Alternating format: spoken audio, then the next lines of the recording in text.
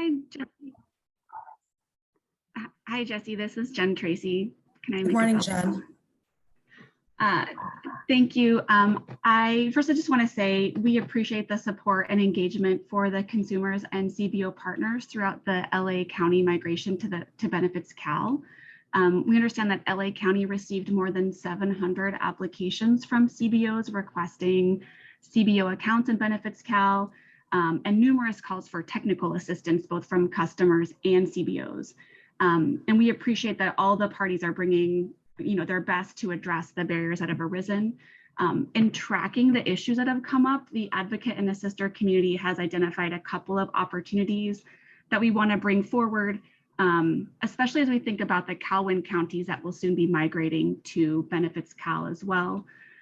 So first, we know that in the current model, counties are tasked with handling all the public-facing issues and questions, while CalSAWS generally handles the technology needs. At least that's our understanding.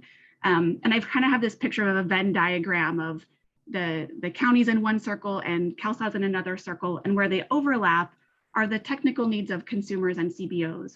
And we really want to see a place that's where stakeholders can work together to develop a resource where the public can get the technical assistance that they need from staff who are fully trained and knowledgeable about the tech systems with appropriate access to client and CBO information. We know that the eligibility workers are really great at handling the consumer case issues, and it seems like there's an opportunity to improve the access to supporting the technical assistance that consumers need. And the second thing is we recommend developing a strategic and streamlined process for setting up the CBO accounts in advance of the migration with clear communication, guidance, and information about how to get support.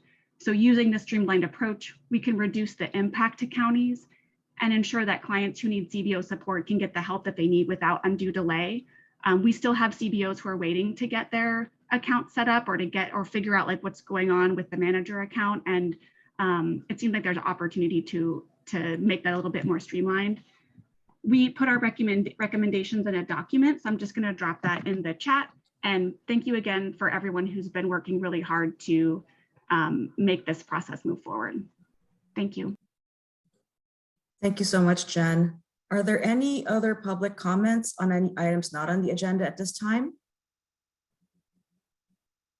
Okay.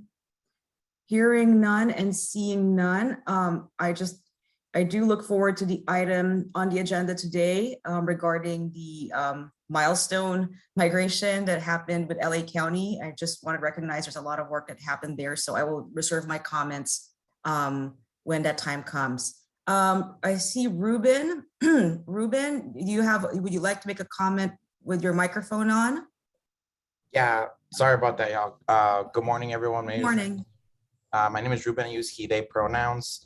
I work in the higher ed side, but have been organizing with everybody here in community for the past year or so, and just wanted to live something that has come up just this week in the last 2 days. We've been having meetings with CDSS and with other organizations like representatives from CWDA and others. And just something that I wanted to lift is that there seems to be different efforts around outreach and raising awareness and helping folks continuously better understanding social services and our efforts in California. And I just want to put on your radar that I've been asking in multiple meetings, how are these outreach efforts coordinating across what's going on for Benefits Cal and CDSS new outreach materials, manuals, and trainings, so that the work can be done a little bit more harmonically and that we're learning with each other and that there can be a coordinated process across these efforts. Because I don't believe that CDSS knew that there was so much research, focus groups, interviews, informing outreach efforts for Benefits Cal specifically, that obviously pertains and impacts the actual social services themselves. So I just want to put that on our radars, and just I'm happy to follow up and put some folks in contact with each other, but it'd be really great. I would be really grateful if we can better harmonize efforts that are in this ecosystem and think about ourselves as an ecosystem at large rather than isolated individual efforts. But thank you so much for the time, and passing the mic back to you. Thank you so much, Ruben. Thank you for your comments. And I just want to also recognize that, Jen, that we recognize getting your document in the chat. So I'm hoping someone in the project is actually downloading that document. Thank you, John. Are there any other comments on items not on the agenda? Okay, hearing and seeing none, I think at this point we go into action items. John? Yep. And if you have your minutes handy, we'll go to the back page, page 7. There's page 7 and 8 that documented the action items. Item number 1, provide an update on CalSAWS recruitments. Holly, are you going to do that as part of the fiscal update? I'll just do a quick update here. We did close a recruitment at the end of April, and we are working through selections. We've made some selections and are continuing to work through those. We also just issued a new recruitment. It is posted on CalSAWS.com under the careers page, and that's CIT 013422. That closes on June 9th. We have a number of positions we'd like to get filled, including long-term and limited-term business analyst positions, one of our application development manager positions, and some technical and help desk support. Thank you. Thank you, Holly. And just want to acknowledge that today, one of our section directors later on this month is going to be retiring, Joanne Osborne, and we wish her well after 40 years in health and human services. So one of those recruitments was to fill the section director position and to be working through that. And we did do a recruitment, and we're hopeful that we're going to be making in the next few days an announcement on who's been selected for that position. But we also wanted to wish Joanne the best, as next month she will be retiring after 40 years in the industry, and hopefully after some rest she might come back in some service to SAWS or the counties and, as we move forward. All right, item number 2. Luz, I think we're going to talk about some analytics and reporting later on in the agenda. Is there anything else that you would like to bring up now? Or Arnold? No, not right now. We'll get cover that a that little bit later. Great. Yes. On the DEI activities, we'll be talking about those at the upcoming membership meeting in June, and make sure that there's some updates on that. Item 4 on training. June, want to give an update? Morning, everyone. For training, as you may know, we already sent out CIT 8722 that provides a helpful listing of all of the training materials that are available on the LMS for counties to view and use for continuing or new staff.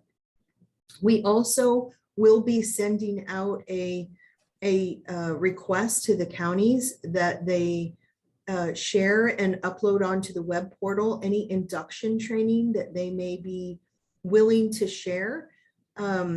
As you all know, the counties that are headed for migration, it is a very busy time, and the ability to quickly train their staff, as we all know, staff needs to be hired and get on as soon as possible with the staffing concerns counties have.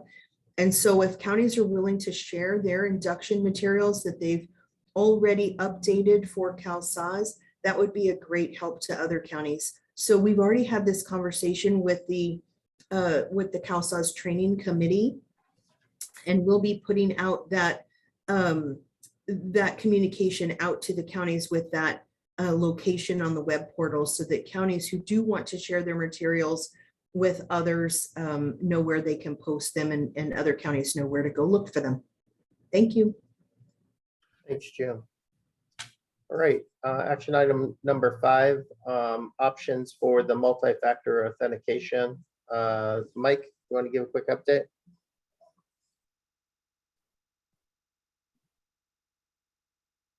If Mike isn't on, Laura, are you there? Yep, John, this is Laura. I was just jumping on. They're troubleshooting another item right now. They will be ready to deploy this weekend on the 23rd, Monday morning. The ability to be able to leverage and opt into text messaging for multi-factor authentication. So information is going out. And so you can definitely keep an eye out for that being deployed for next week. Thank you, Laura. Item 6 was closed last time, and we'll get an update on the go live for Los Angeles. Item 7 on the rerun of yellow banner cases for the former C4 counties. Keith, any update or traction on that? John, I believe we can use that in the conversion update later on. We can include that. I do believe I've got a slide there, and I've got further updates even since then. So certainly talk to it then. Thanks, Keith. Okay, thank you. All right. Item 8. I know the former C4 counties requested, the Calwin counties requested budget for future technology purchases to get in front of the procurement process. Rachel, you took that action item. Any updates on that? We're going to talk about it, John, with the Wave 1 agenda item. Catherine's going to cover that during that part of the session. Sounds great. Escalation points, escalation process for quicker resolutions on tickets. Arnold, you want to take that one? Or Yes, we have a special topic on that coming up, and we'll be deep diving into it at that point in time. okay. And the same thing with item 10 as well, the SLA performance. Correct. All right. So Jesse, that's a quick review of the action items, and the minutes are up for PSC consideration or a motion. Do you have a motion from any of our PSC members? Region 3 moves to approve. Thank you. That's from Rachel. Hi, this is Cindy. Region 4, second. Second from Cindy. Very good. And I know that we have some folks that are sitting in and didn't attend last time. So if you vote affirmatively for the minutes, we'll just say that you're just approving them for the record, but not for the content. Clarissa, do you approve? John, I approve. Thank you. Jesse? I approve. Good. Eduardo? I approve. Thank you. Thank you. James? I approve. Thank you. Sandra? I approve. Thank you. Winna?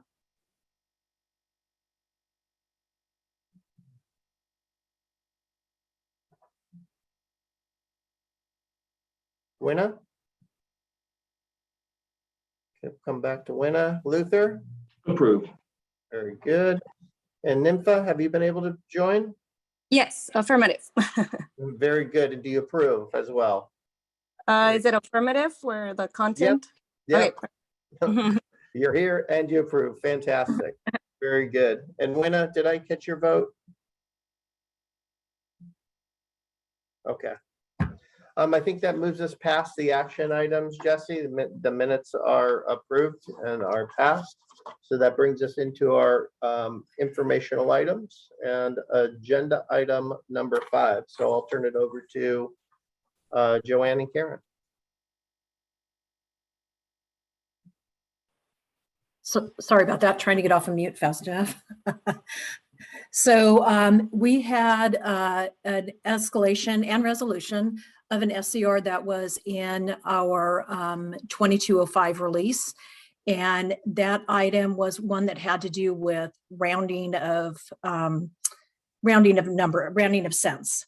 So without going into the specific detail of it, it was rounding of cents. And it was an issue that was raised by LA County during county validation. And I believe also Kern might have raised that issue too.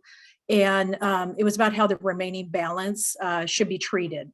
So we took the concern and did a CRPC to CDSS, and they very quickly turned it around as we requested. Much appreciated that, and realized that what we had coded was incorrect and not in line with policy. So that SCR was removed from the release. We did the release green light yesterday, so we discussed this a bit yesterday, and made the adjustments to the SCR, and it is currently out for re-review, and we will get it scheduled for release as soon as we have the approval from the counties on that one. And just want to say thanks for raising the issue, and we were able to quickly resolve this one. Joanne, I don't know if you have anything to add from the test side. No, I only, thank you, Karen. I just wanted to add that, you know, a lot of this was a timing issue, and I want to thank LA County and Kern County for stepping up and bringing it to our attention. It just, across of events, you know, CRPC and the escalation kind of occurred in parallel. And I definitely appreciate the voices being heard and presented to us on the project. So it was a great collaboration across the teams. Back to you, Jesse, unless John had something to add. John, was there anything you'd like to add before I turn it over to for comment? Nope, nothing I need to add. Thank you. Any comments or questions from our PSC members? And thanks again to Los Angeles and Kern County for raising this and for the quick action from the project. Any public comment on this item? Okay, I'm sorry, just now looking at the chat. Okay, not seeing any. I think we're ready to go to our next item, which is a debrief on the LA County migration and to CalSAWS Imaging and Benefits Cal. For this one, I see Arnold and Rachel. Yes, thank you, Jesse. So overall, as everybody knows, the Los Angeles County went live on the CalSAWS imaging solution on April 25th. And I am very pleased to report that production and performance has met or exceeded the levels. It was very heartening to hear one of our C4 counties ask did Los Angeles County will actually go live because they felt no impact from a system performance perspective. Response times were the same or as prior to go live, and the fact that we doubled the volume on the system went unnoticed from the other C4 counties. So very successful from that perspective.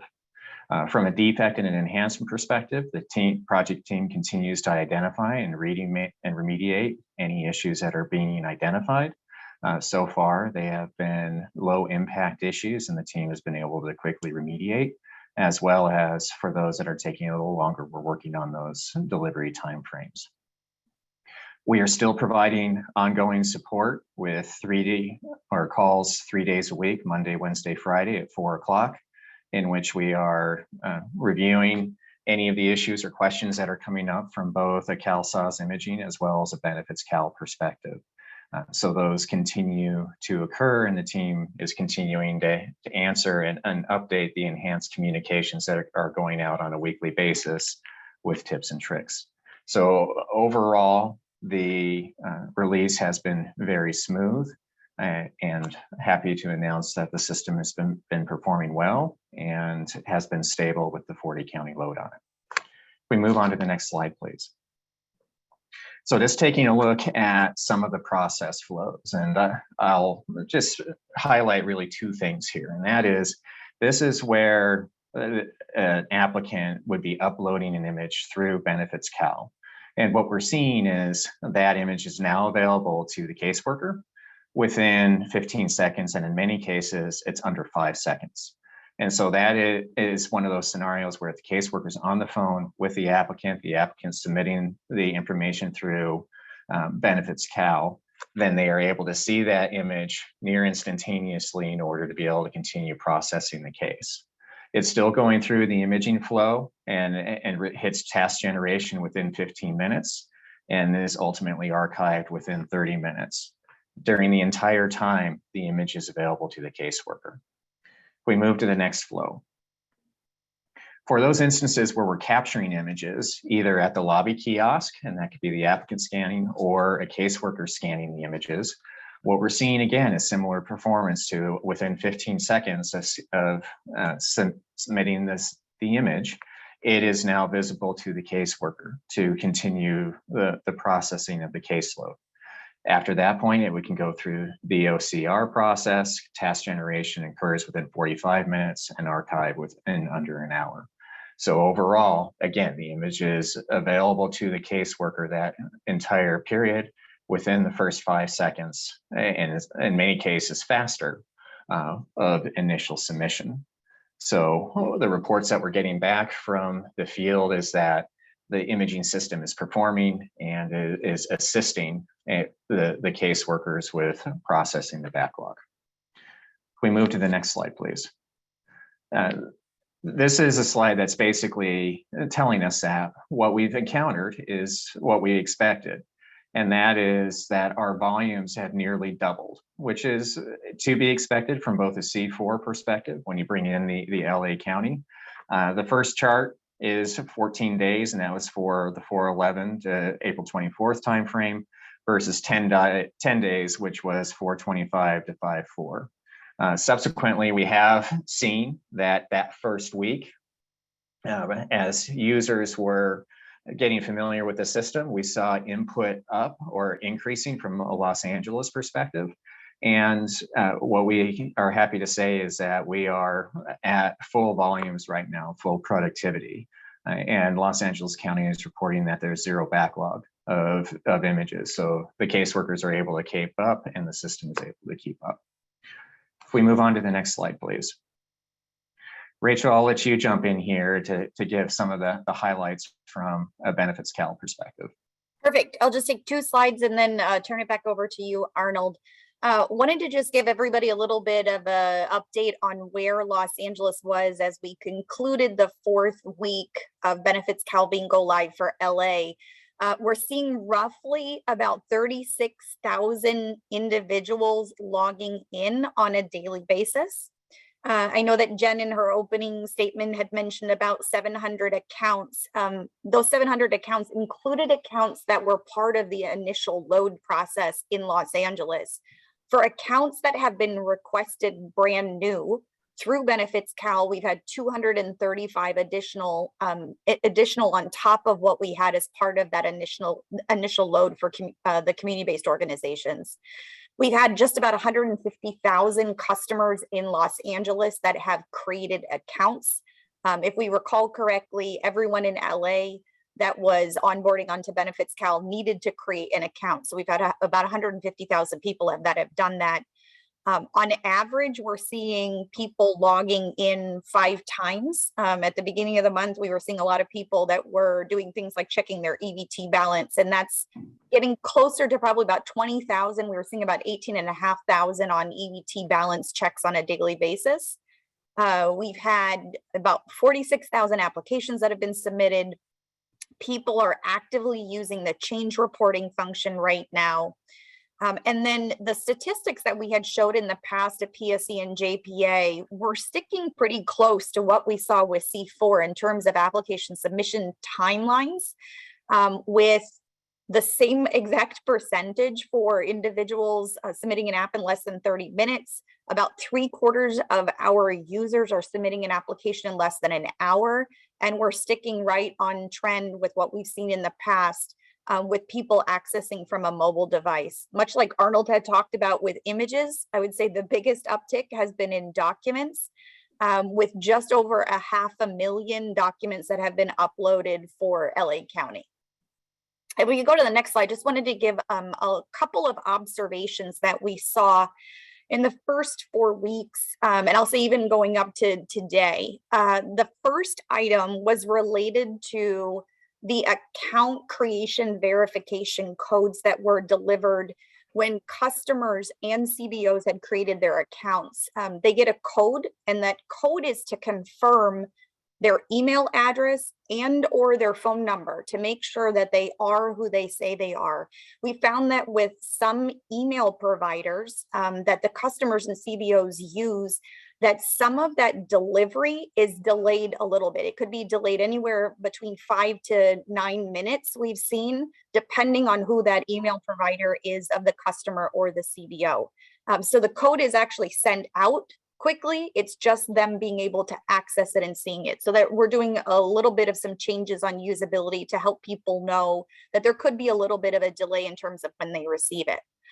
The second item is around case linking. And in order for people to get access to their information about their cases, their benefits, to get access to their notices, individuals have to link their cases. And in some cases, we're finding that the case linking, when people are using certain information to link, social security number as an example, may not be as precise in that linking process. And so sometimes those case linking requests end up going to the county. So we're looking to provide some more guidance to individuals as they're linking their cases to help with making sure that we get less exceptions on that case linking process.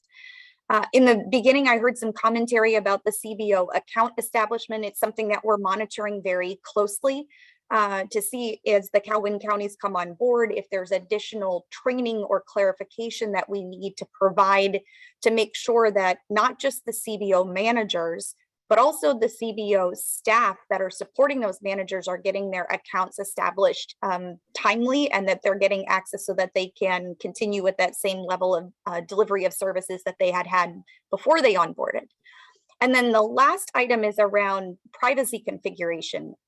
If folks recall in the past, Benefits Cal is really tightly focused on making sure that we are securing information around customers. And so there are a number of items around controlling access to information that take place within the portal. And so that's something that we're also ongoing monitoring, is to make sure that there's some control that exists, not some, but there's a lot of control. In some cases, that control actually resides within the customer around what they can provide access to see. So those are the 4 things that we're actually looking at. All right, thank you, Rachel. And so as we take a look at the go live, and this is more focused on the imaging side. So we had completed 13 items identified and remediated since we went live on the 25th. And we still have 9 items that we are looking to correct before the end of May around some of the confidentiality rules, updates, lobbying kiosk generated documents, and some of the data that describes what those documents are and how it's being captured, form name fixes, office mappings, Benefits Cal office search logic, as well as getcalfresh.org bundle logic. So we are working closely with the county around finalizing some of the nuances on the requirements there as we continue to deliver those changes. We move on to the next slide, please. As we were going through the launch, we actually had on-site teams at the CSCs for Los Angeles, as well as some of the district offices. And we were able to identify some quick trips and tips that we were able to provide right there with the caseworkers as they were going through. And these ultimately made it into the enhanced communication that was going out to the project, as well as being shared on the 4 o'clock status calls. And that was just around the queue management. And that is, the imaging system was a different look and feel from what LA was using previously. And so we were able to just refresh the workers on where to find their documents in the queues as they went through system processing. The ability to view and re-index documents, so that if they went through the process and there had to be some changes around categorization or switching, the ability was there. The practices around barcodes, to where if they're printing out the forms with the barcodes attached, make sure that it was simple as do a print to fit, so the entire barcode was included, because if that barcode was included, it sped the processing through the system.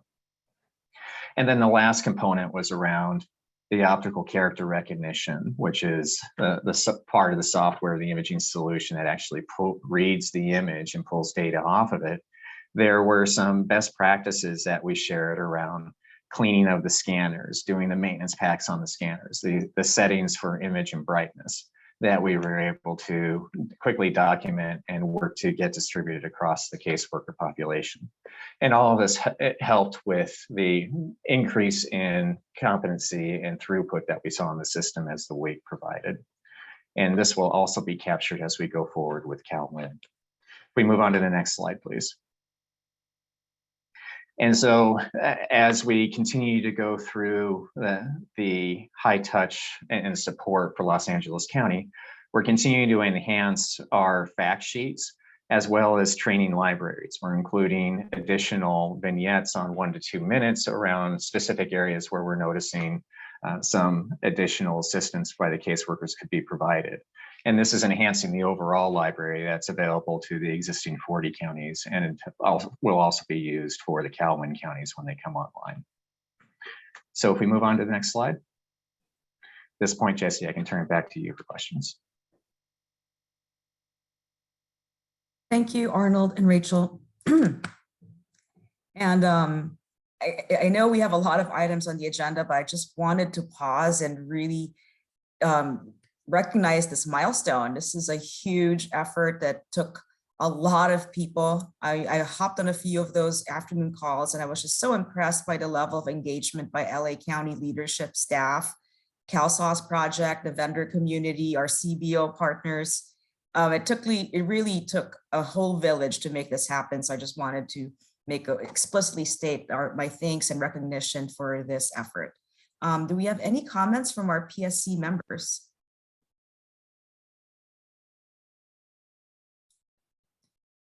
Okay, not hearing any. Do we have any comments from the public on this item? Okay, Cindy is also concurring. Job well done. Congratulations as well. It's in the chat.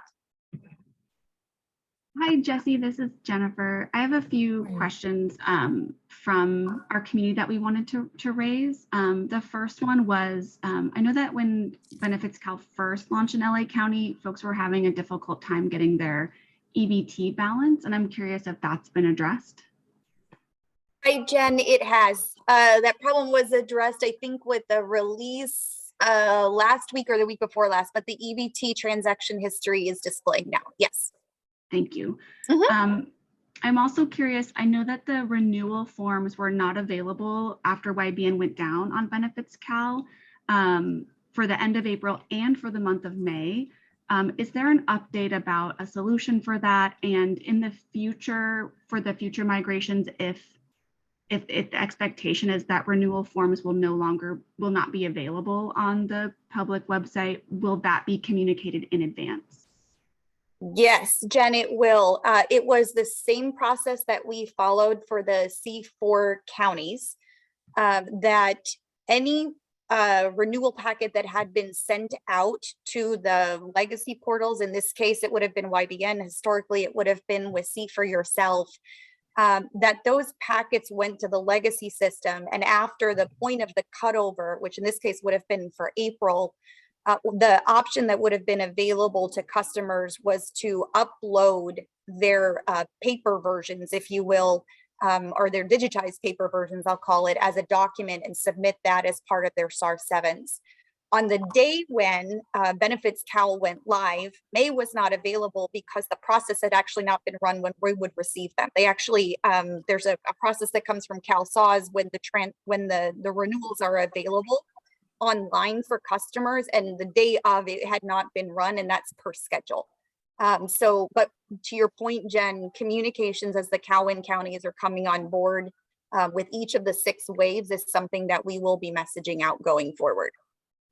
Okay, and is there a solution planned for May so people can complete their renewals for the month of May? Or like, I think we're concerned because a lot of people use the online option, and we're concerned about churn and it increased, work for the eligibility workers having to address churn. So for April was the upload. For May, and Jen, I will go back, I'll get back an answer in chat, but for May, I believe the transactions had actually come across because they come at the beginning of the month. But let me get a confirmation on that, and I'll put it in the chat while we're in this meeting. Okay, our understanding was that there were no renewals for the month of May available on the Benefits Cal website for LA County. So Let me that would be let me helpful. check with that. Let me check with that. April, I know for sure that that would have been something that would have need to be uploaded, but let me confirm with May, and I'll get back in the chat in just a minute.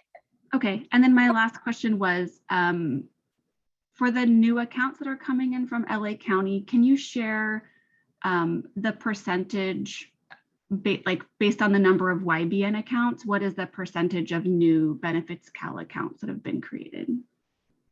I don't know it off the top of my head, but again, I'll put it in the chat. I have the YBN accounts, and I'll go back and look at the total accounts created overall. And we'll put that in the chat what that percentage is. I'll get back on that one. Thanks, Rachel. Thanks, everybody. Sure thing. Sure thing. Thank you. Are there any other public comments on this item? Okay, and I just wanted to note that there were some comments about thank you and an appreciation for the communications. So thank you, Rachel and Arnold. And again, just wanted to highlight job well done by everyone involved in this project. It's huge. Jesse. This is John. Yes, John? Before we move on to the other agenda item, just a quick cleanup item. My apologies to Adriana Ramirez. She is the alternative. She is the alternate for Region 5 for Albert Benuelos, and she's attending the meeting for Albert, and she is going to be the ongoing alternate for Albert. And I skipped over calling her to approve the minutes for the record. So Adriana, I apologize, my mistake. Are you good with approving the minutes for the record?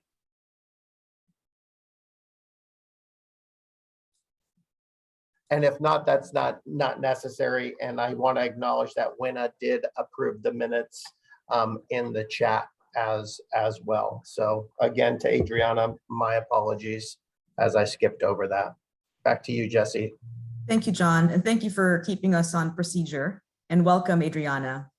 So I think at this point, we're ready to move on to the next agenda item, which is the update and available money for Calhoun County's migration preparation. And this is Holly. Good morning, Holly. Good morning. Thank you. So yes, we have received several questions from directors regarding funding. So we definitely wanted to bring that to this group as well, provide an update on this topic. We have shared this information in prior meetings with OPAC, with your fiscal contracts SMEs, and we've also shared a lot of this information last week with the JPA board members as well. And then we have a meeting this afternoon with your fiscal contract SMEs, and we'll review it with them again. So just to set the stage overall, there are in our overall budget, there are 3 line items in your allocations that you may have funding for. County support staff is one, and that has 3 subcategories. If you have staff assigned to the project, you will have an allocation, as well as for certain travel situations, you'll see those funds in your allocation letters. San Bernardino, as our JPA fiscal agent, does have the bulk of the allocations. That's for all of the vendor costs. That does include training facilities if needed. This was an option that we built into the Deloitte contract. Costs that are not covered do include salary and benefits for staff that are participating in UAT, those that are taking the training, the ILTs, or other non-CalSAWS type training, just that you have for ongoing purposes. So today we did want to focus on the county support staff funding, because I think that's where most of the questions are. And so if we can go to the next slide. There are 3 categories, again, within the county support staff funding. There's planning and preparation, that was specific to CalWIN. You have manual conversion and ancillary funding, which was funded for CalWIN and the former C4 counties. LA County did receive an allocation through the CalACES IAPDU through September of last year, and then they were provided an additional allocation as of October through our CalSAWS funding. And again, the scope of work not included in this category is that participation in UAT or for staff to take training, although travel for those activities is accounted for.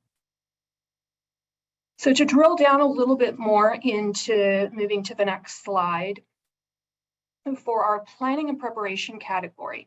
So this was funding specific to the Calhoun counties only. It started in state fiscal year 1920. We did extend it through June 2022 when we did the 9-month schedule adjustment. The cost basis for that was a small, medium, and large county size formula that we had previously used for Calhoun counties in the past. And this funding was intended to address the gap between the start of your manual conversion funding and your ancillary funding. It was to cover preparation for upcoming activities.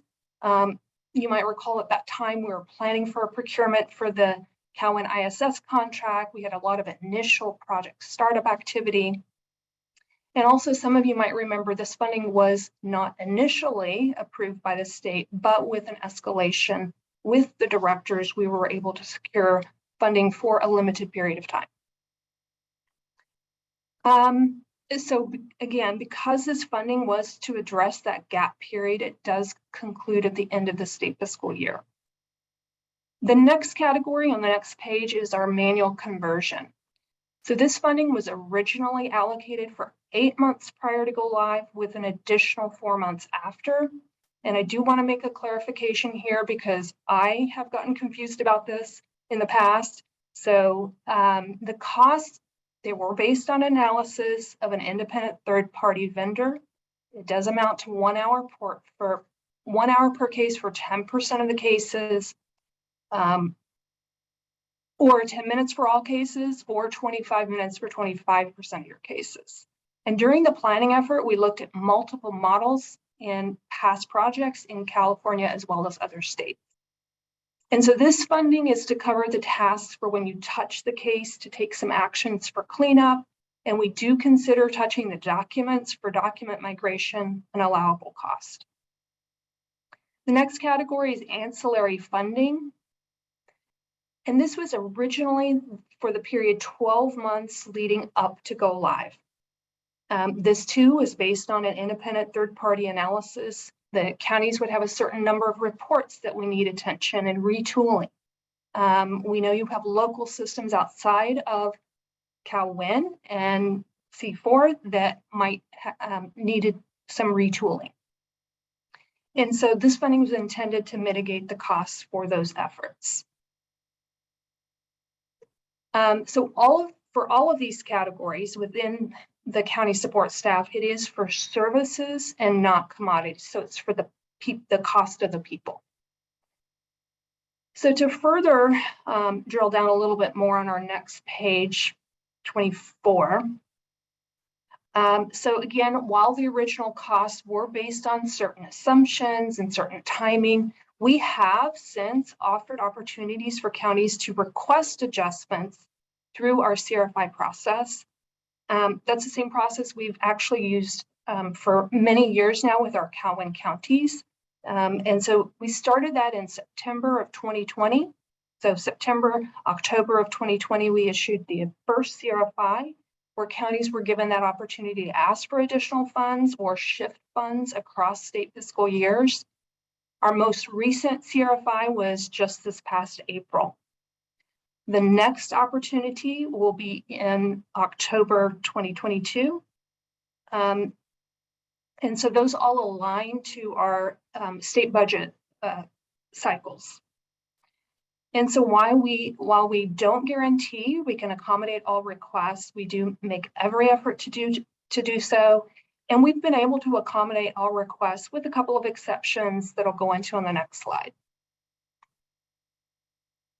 So one request that we had received last fall was partially accommodated, and we asked the county if we could revisit that in the spring, and we were ultimately able to work through that and resolve that with this most recent CRFI.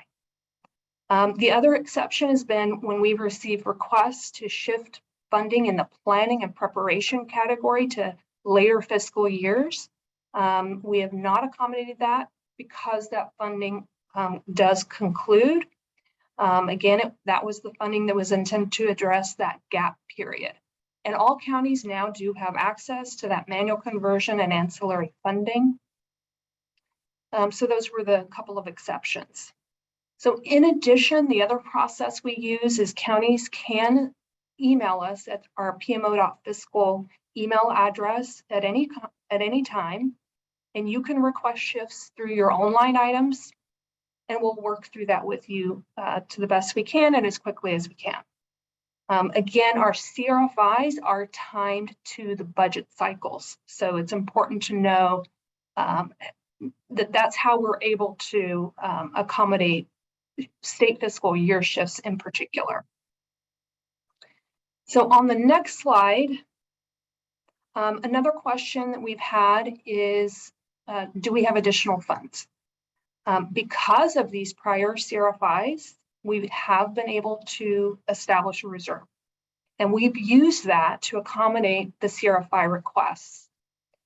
So for the next CRFI coming up in the fall, we will have up to $846,000 that can be distributed to counties that request those additional funds. And then we have $471,000 in state fiscal year 23-24. And then based on the most recent CRFI, you can see and it's listed on the right side of the page. We could potentially have an additional reserve, but that is dependent on our ability to do some shifts to offset that increase. We can't add to the bottom line next year, so we have to work through those details. Next slide. So as I mentioned previously, we had shared information with the JPA. We did that last week. They asked for some additional research. There was some concern that counties weren't necessarily claiming all of the costs, whether that might be due to, time studying and how that works, or if there are certain activities in particular that you haven't claimed for. So we are going to be issuing a CRFI to ask counties to weigh in on that and provide us with some clarity that we can share with directors. And then the next slide, you'll see the eye chart, which is the latest allocations by county, by category. These are based on the most recent CRFI. And just a tip, if you take the offline copy of your PowerPoint, you can zoom in to see your amounts. Those will also be in your upcoming allocation letter. So with that, I'll turn it back to Jesse for questions. Thank you, Holly, and thank you for kind of doing a little bit of a deep dive into this, because I know we frequently get these questions. And I think there's a specific kind of request that we have a lot of program people attending PSC. If we can probably send this to our fiscal friends to make sure that we're all on the same page. That would help greatly in the communication. So those are my comments on this item. Do we have any comments from our project steering committee members? Question, Jesse, this is Cindy. Hi, Cindy. From Kern. Hi, Holly. I just wanted to find out that these funds would continue to be available even for the former C4 counties that came over, or are they not? So Cindy, depending on how you responded to the CRFI in terms of shifting across fiscal years, it would be available. I don't believe Kern County requested funds to be shifted to next year. Okay, I will double check. And then there's a new CRFI coming out though, where this will be asked again, or?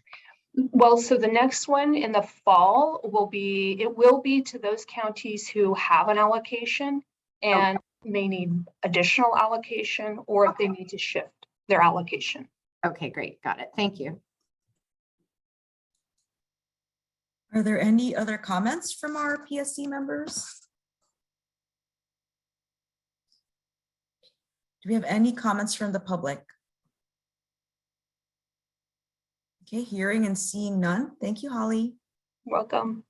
Hey, Jesse, I just wanted to acknowledge the chat back and forth in chat.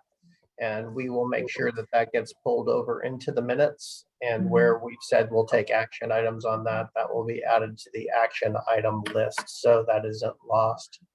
And make sure that that's acknowledged in the minutes. Thank you, John. It's a lot to toggle back and forth to keep track of everything happening. So thank you. I think we're now on to next item. For this one, I think we have Arnold and Dan. Yes, Jesse, thank you very much. So if we could scroll back up to the final acceptance section. Sorry, give me just a second. So I'll go ahead and start. So last month I had come in and provided an update on an initial discussion and performance on final acceptance for the CalACES conversion, which was the conversion of the C4 counties to the CalSAWS system back in September, with the goal to go ahead and bring forward the request this month for for consortium director discretion on providing final acceptance. Just as an overview again, there were 441 requirements related to the C4 counties migration, involved over 500,000 hours of work to accomplish the necessary changes in order to accomplish that migration. Since migration, and especially over the last 2 months, we will show that the CalSAWS system is meeting the performance requirements that were outlined at the start of the project, and that the application contains 0 non-cosmetic defects and related to the C4 counties migration. The final acceptance approach was broken into 2 components. Last month, we talked about through April with reviewing the SLAs and the metrics and the criteria. And today we'll be going through the final results and observations of the past 30 days of final acceptance period, and evaluate and provide an update as to our recommendation and request of the consortium director. As an overall item, that what this translates into is there is a milestone payment associated with the CalACES conversion, and upon approval from consortium director Boulet, that milestone payment would be released for Accenture. There will be another milestone release that occurs at the end of the Cal-Win County conversions as well, post October 2023. Dan, if you'd like to weigh in regarding the requirements and QA's perspective. Thanks, Arnold. This is Dan Dean with your quality assurance team. We have about a dozen slides here for final acceptance, and we'll just provide color to the first 2 slides and the last slide. What I wanted to communicate to the project steering committee is there's a lot of numbers on these slides. QA has walked through the logs, the performance logs or various data sources, and confirmed those numbers.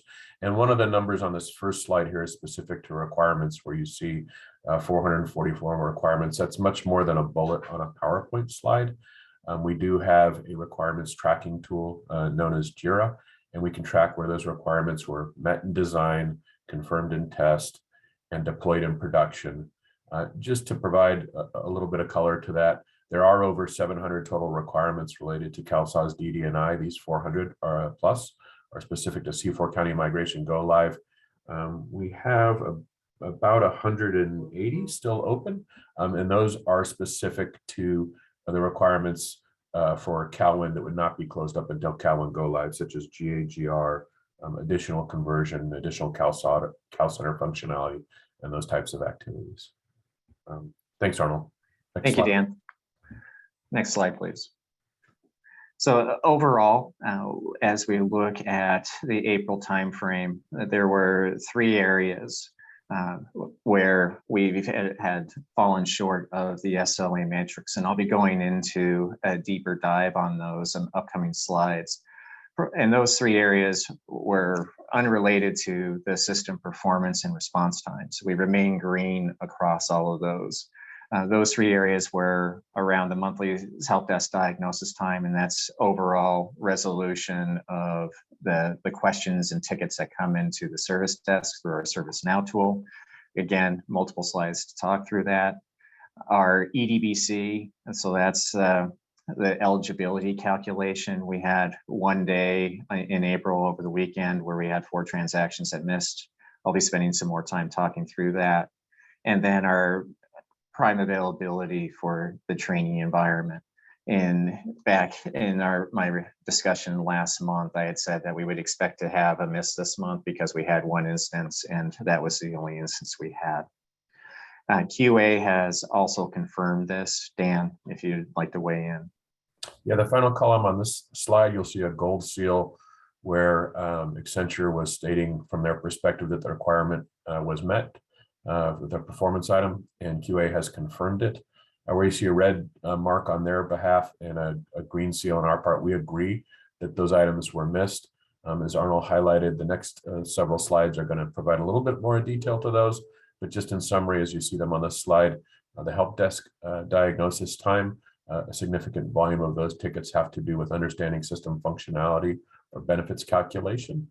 The middle one there related to EDBC response time is a single date anomaly on a Friday night with low volumes of transactions. And the last one there is a single day period of downtime related to the training environment that we'll provide more details on. Thank you, Thanks, Dan. Arnold. Let's move on to the next slide.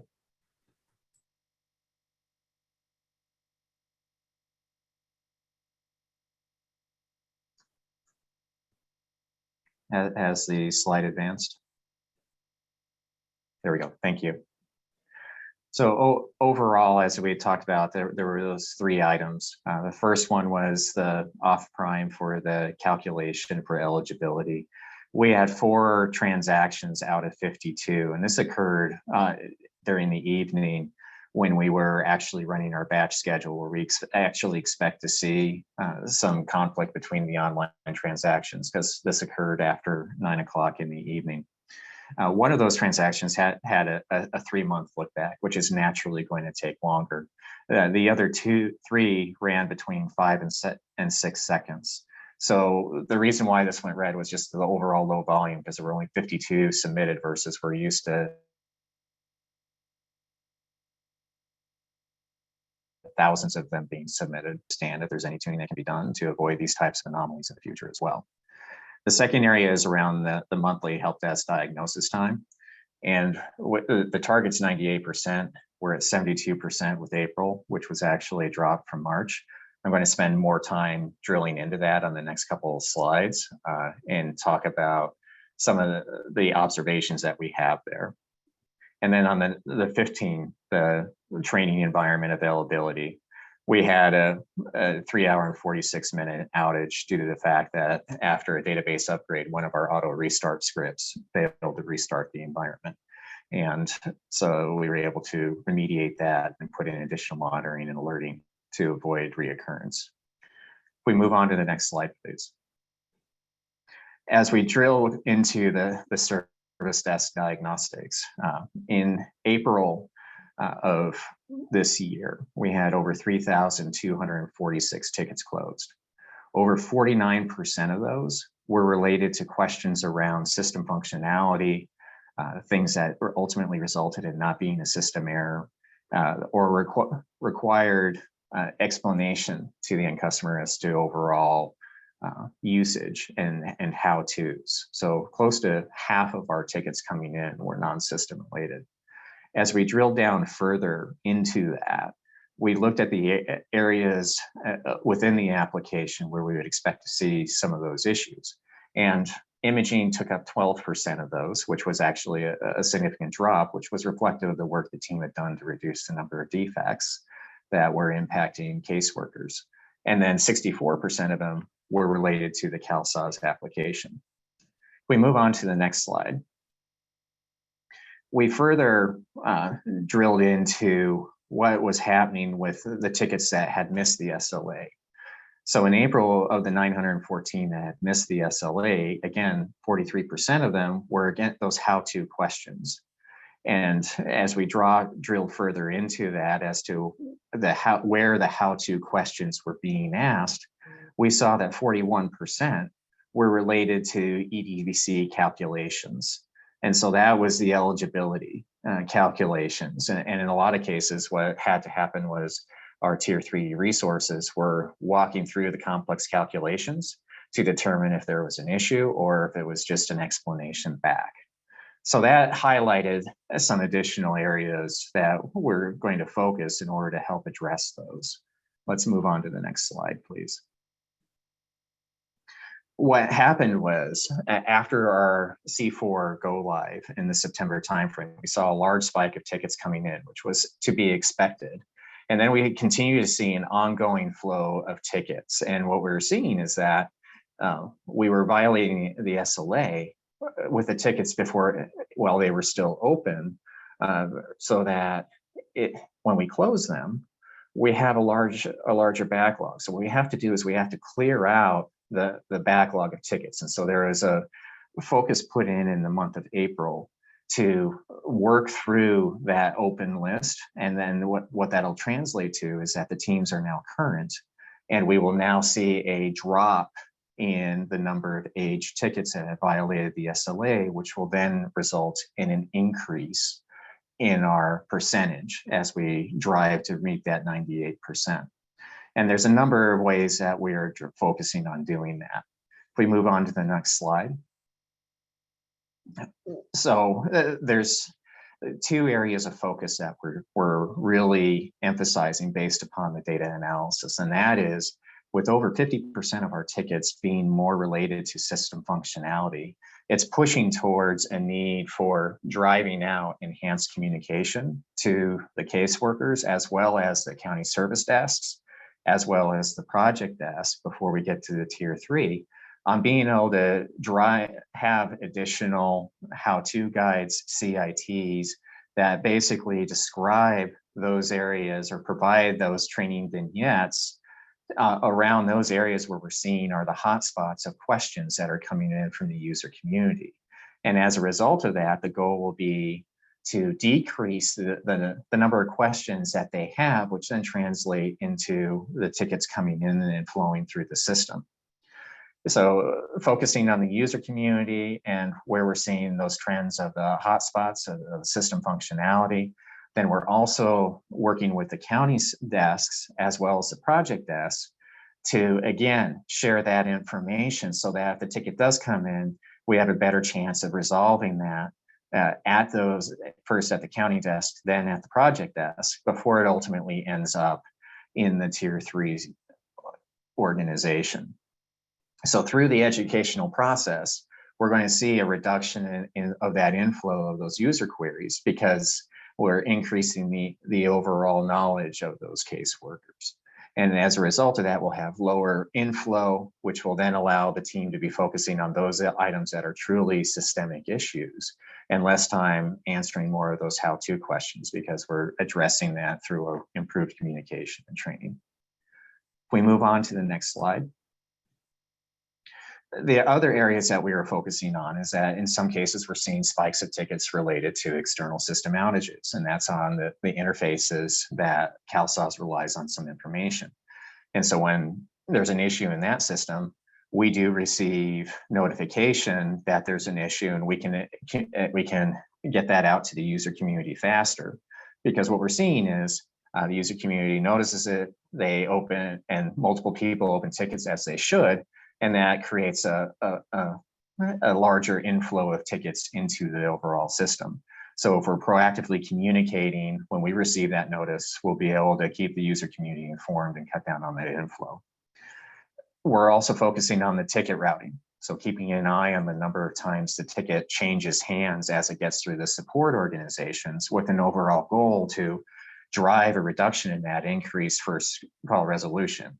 And that's through ultimately those training guides and user guides and addressing some of those items where there's hotspots of system functionality, increase the knowledge there, and that'll also help reduce the inflow and make sure that when the ticket hits the first party, they're able to resolve it. The other component is around making sure that as we do our release notes, and that they are actually getting down to the caseworkers. So enhancing the communication pass through our PPOCs and the counties to get it down to the caseworkers. So there's fewer questions that come up around the change functionality, as well as the new functionality that is being released. so that we're again enhancing the communications and the resources that are available to the end users to be able to answer their questions at the point of service. If we move on to the next slide, please.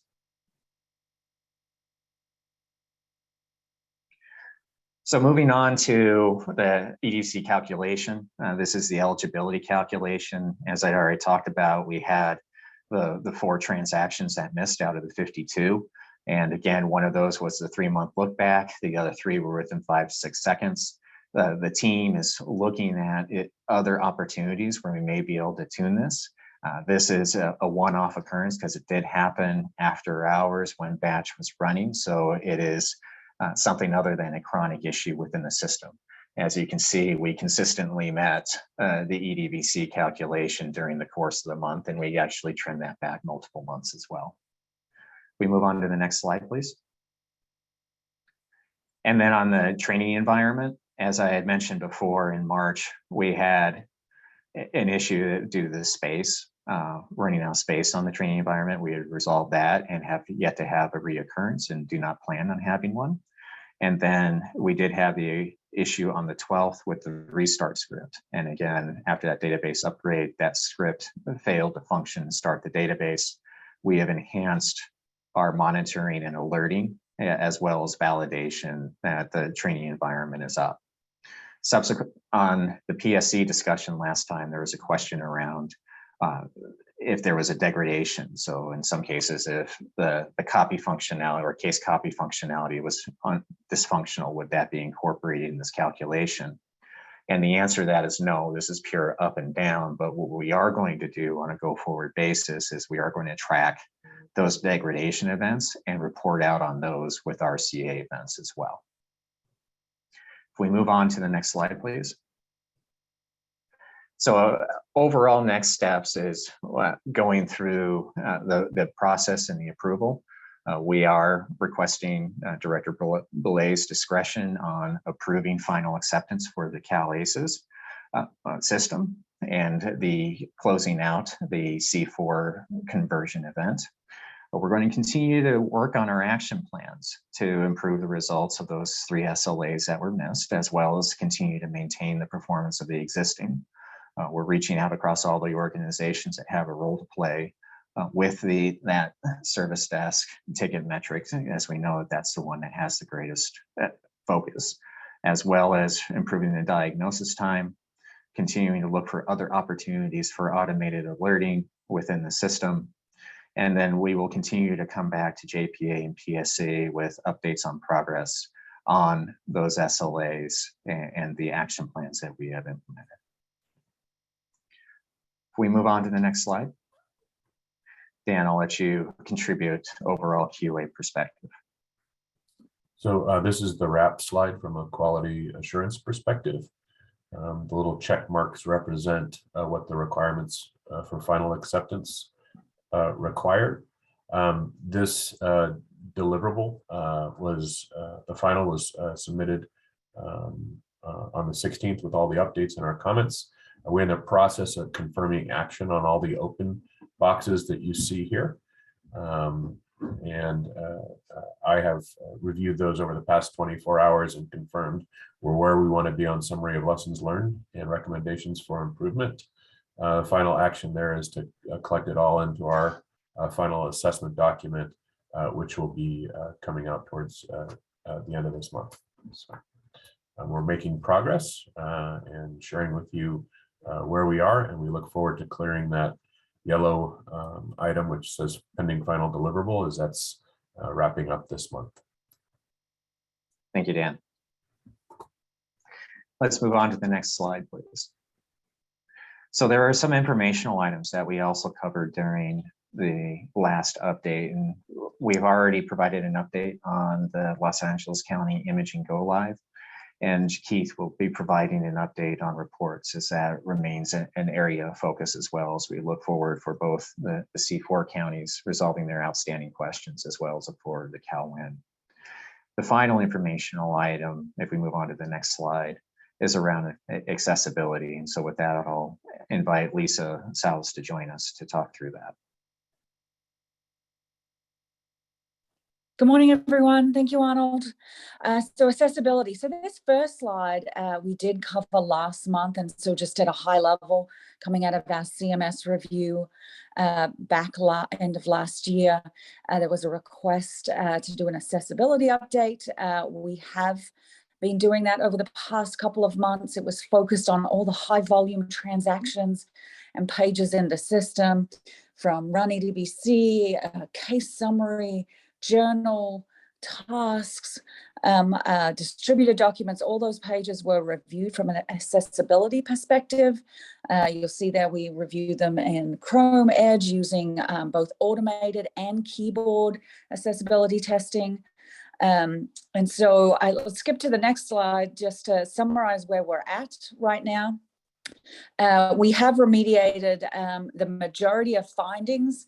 The chart at the bottom reflects open items. The majority of those are awaiting retest. We have done the work to remediate.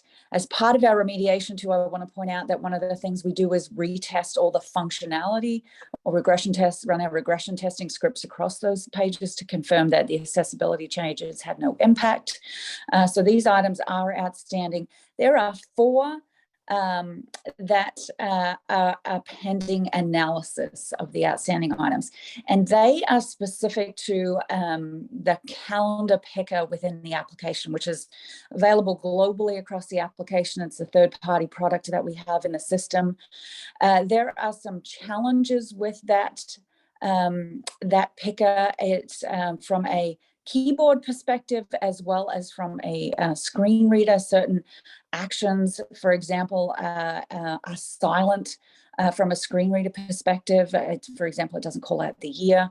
So we are currently looking at 2 paths forward on that particular item. One would be to add some custom code for accessibility purposes. 2 would be to replace that picker entirely with something that is more accessible. So that item is ongoing. The analysis is in process. Once we have a determination there, we can provide an update at a future meeting. Again, any of the changes that we make, I believe we mentioned last month, if they are front end worker facing changes, we'll make sure that's called out. For the by and large, the majority of changes have been in the back end and putting in certain tags so that the screen reader can pick them up. There have been a couple of front end changes. The help icon is changing slightly. Some images are being updated on the homepage, but by and large, everything is the back end and has no impact to the end user. And so that's the quick summary there. This is an ongoing effort. That was our first phase. As we move forward, we have targeted the next phase of transactions and pages that we will be conducting testing on. As part of moving that effort forward, we have been working through the process of getting updated development and testing tools. So they're in the process of being deployed to our developers and testers. And once they're deployed, we can move forward and continue our testing efforts. Back to you, Arnold. Hey, Lisa, can I just jump in quickly on this one? Absolutely. Oh, sorry. Go ahead, Dan. No problem. So QA is also involved in this area. We have scheduled meetings with Accenture and Consortium that covers accessibility. This is an item which is it's going to be long-term and always open, because it's like security hygiene, something you have to continue to look at as technologies evolve or new browsers come out or new pages are developed. My 2 key takeaways from this slide are at this point, the 40 pages responsible for 60% of the transactions have made it through the process. And by October 30th, as highlighted here, the team is looking to boost that number up to 80% of the transactions from a page volume perspective. Arnold, back to you. All right, thank you. If we move on to the next slide, I believe we've reached the end, and I'll turn it over to Jesse for questions. Thank you, Arnold, Dan, and Lisa. I did have some questions regarding the tickets. If we could, what is our sense of like the oldest tickets that are still in the backlog. So I appreciate the effort of, I heard there's a concentrated effort to really clear that backlog. But what is the oldest ticket? Do we know, and how many? Yes. The breakdown is by county or by user, or any trend about the oldest tickets? So the oldest tickets that are still open or still in an open state. And so that means we haven't identified if there is a defect there, or it has a pending SCR to implement in a date. Those are under 30 days at this point in time. We do have tickets that go back to the October-November timeframe that are awaiting code changes and releases because they either resulted in some enhancement requests, and so they've been scheduled into one of our major releases, and could not be a release when ready. Right now, I'll have to take that as an action item to get a breakdown by county. We currently do not have a breakdown by county on that, so I will capture that as an action item. Thank you. And I don't know if it's something that will be taken as an action item for future, but I did have some feedback from our regional around a question from a process standpoint. So sometimes counties are waiting for a response on a ticket, and it may take a few days or a few weeks, and then they get contacted on like a Friday that they're off. And of course they don't respond. And then by Monday they're told your ticket's been closed. So I don't know how frequently that happens, but we did have a county in our region that pointed out that that was a pain point, and maybe if we had some expectations on how soon these tickets are closed, because for it to be closed over the day that they're not at the office for that period of time when they've been waiting for a period of time to hear back from on the ticket. Yes, and actually I have a slide coming up in the deep dive on tickets, and I think about three different topics or 3 subjects, where we'll be talking about that process, because there is a process for that closure that I'll review, as well as some potential changes so that we can improve that. So we've noticed that, and we'll be talking about it in another topic coming up. Okay, great, thank you. And I think for the accessibility, my question is that something, because Dan did point out it's an ongoing topic, and I know counties do have an ongoing interest in accessibility, as we have our users may be requesting modified accommodations for their work. Aside from this item on the CalSAWS C4 CalACES final acceptance, do we expect to hear regularly on this item in the future? Yes. Yeah. So we will continue to be bringing updates on the accessibility for that phase 2 effort, and the findings and remediation timelines. And then also on an ongoing basis, as new code is being developed, we'll be able to continue to provide the updates on the accessibility outcomes from there as well. Great, thank you. Jesse, we can have particular items brought back to the PSC because it is an important topic. But I think routinely, as we make this part of, as Dan said, the development of new pages and those types of things, it's going to be a routine item that's going to find its way into maintenance, SCRs, release notes, and those types of things. So it'll be more of the normal maintenance of the system.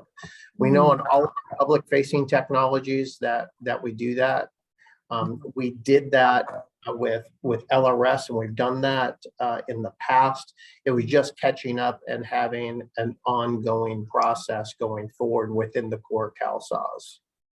Okay, so what I'm hearing is this will eventually become a regular part of maintenance. However, there will be opportunities to bring it back as an explicit item.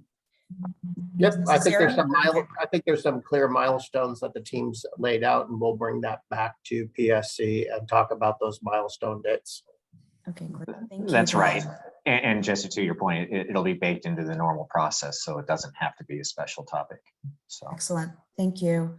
Do we have any comments or questions from our PSC? Hi, I have a couple of questions. This is Sandra from Riverside. So I'll address the question about tickets as well. So for the tickets, what is being done to ensure that we have local CalSAWS repair services near county sites, especially when we have like equipment issues that occur? Yeah, so with that, we are currently working within our provider that does that, what's called the local dispatch. So there's really 2 ways that we're doing that. One is we're doing a proactive review of the architecture and the infrastructure at those sites where we've seen those failures. We're seeing a common trend in some of those pieces, and we'll accelerate what's called the refresh or replacement program and sparing program. Second component is we'll revisit the designation of criticality of those locations to understand if the supporting infrastructure has to be upgraded to provide more redundancy in case of failure of one component, it doesn't impact the entire office. And then the third component is revisiting that distribution of the resources or those techs that actually travel out to those remote sites to understand if there's a way to optimize their location so that we can have a quicker response time. And then the fourth component is looking at those hours, because currently dispatch hours, or what we call dispatch hours, are between 8 a.m. and 5 p.m. And looking to see what can be done from an expansion of those hours, also understanding there's dependency on the counties in the fact if there is that after hour dispatch, someone has to be able to let them in and gain access to the buildings. So we are looking at this across multiple levels.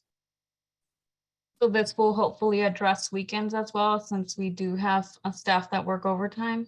Correct. Okay. And thank you for that, because that'll be helpful. And then I wanted to address the training environment as well. So for Riverside County, we consistently have large number of classes in induction, and this is year round. So I know you mentioned that you're tracking the degradation events, but is there anything else that's being done as far as like ensuring that we're stabilized all month long? Because I know we've had an event occur every month for at least for the last 3 months that we've seen the data. Yes, and so that talks through the enhanced monitoring as well that we have put in place, both automated and manual, to ensure that the environments are up and available for the counties as they consume the service. So we are continuing to look at the areas where there may be potential weakness or failure points, and either enhancing it or putting additional monitoring on it so we can have a quicker reaction to if an event does occur, that it is less impactful. And from a QA perspective, we work with the team on root cause analysis to understand what caused the original breakage. The ones highlighted in this slide were related to something called restore points and the frequency of capturing copies of the database. And in a training environment, it's of course less critical than a production environment to have multiple copies of the database during the day. So there's been some adjustments made which should resolve that root cause issue go forward. You. And the last question I have is, and I know this wasn't addressed in this area, so I'm not sure if this is the correct timing, so you let me know.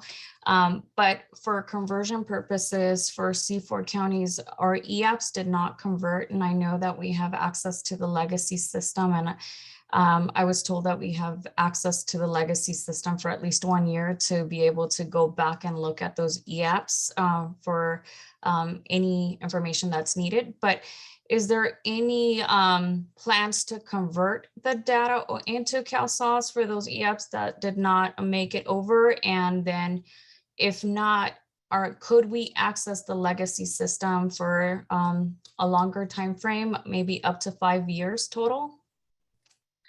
So Sandra, I'll have to take that one away. Currently, the system, or the old C4 read-only system, is scheduled to be decommissioned in September 30th of this year, so roughly 1 year after.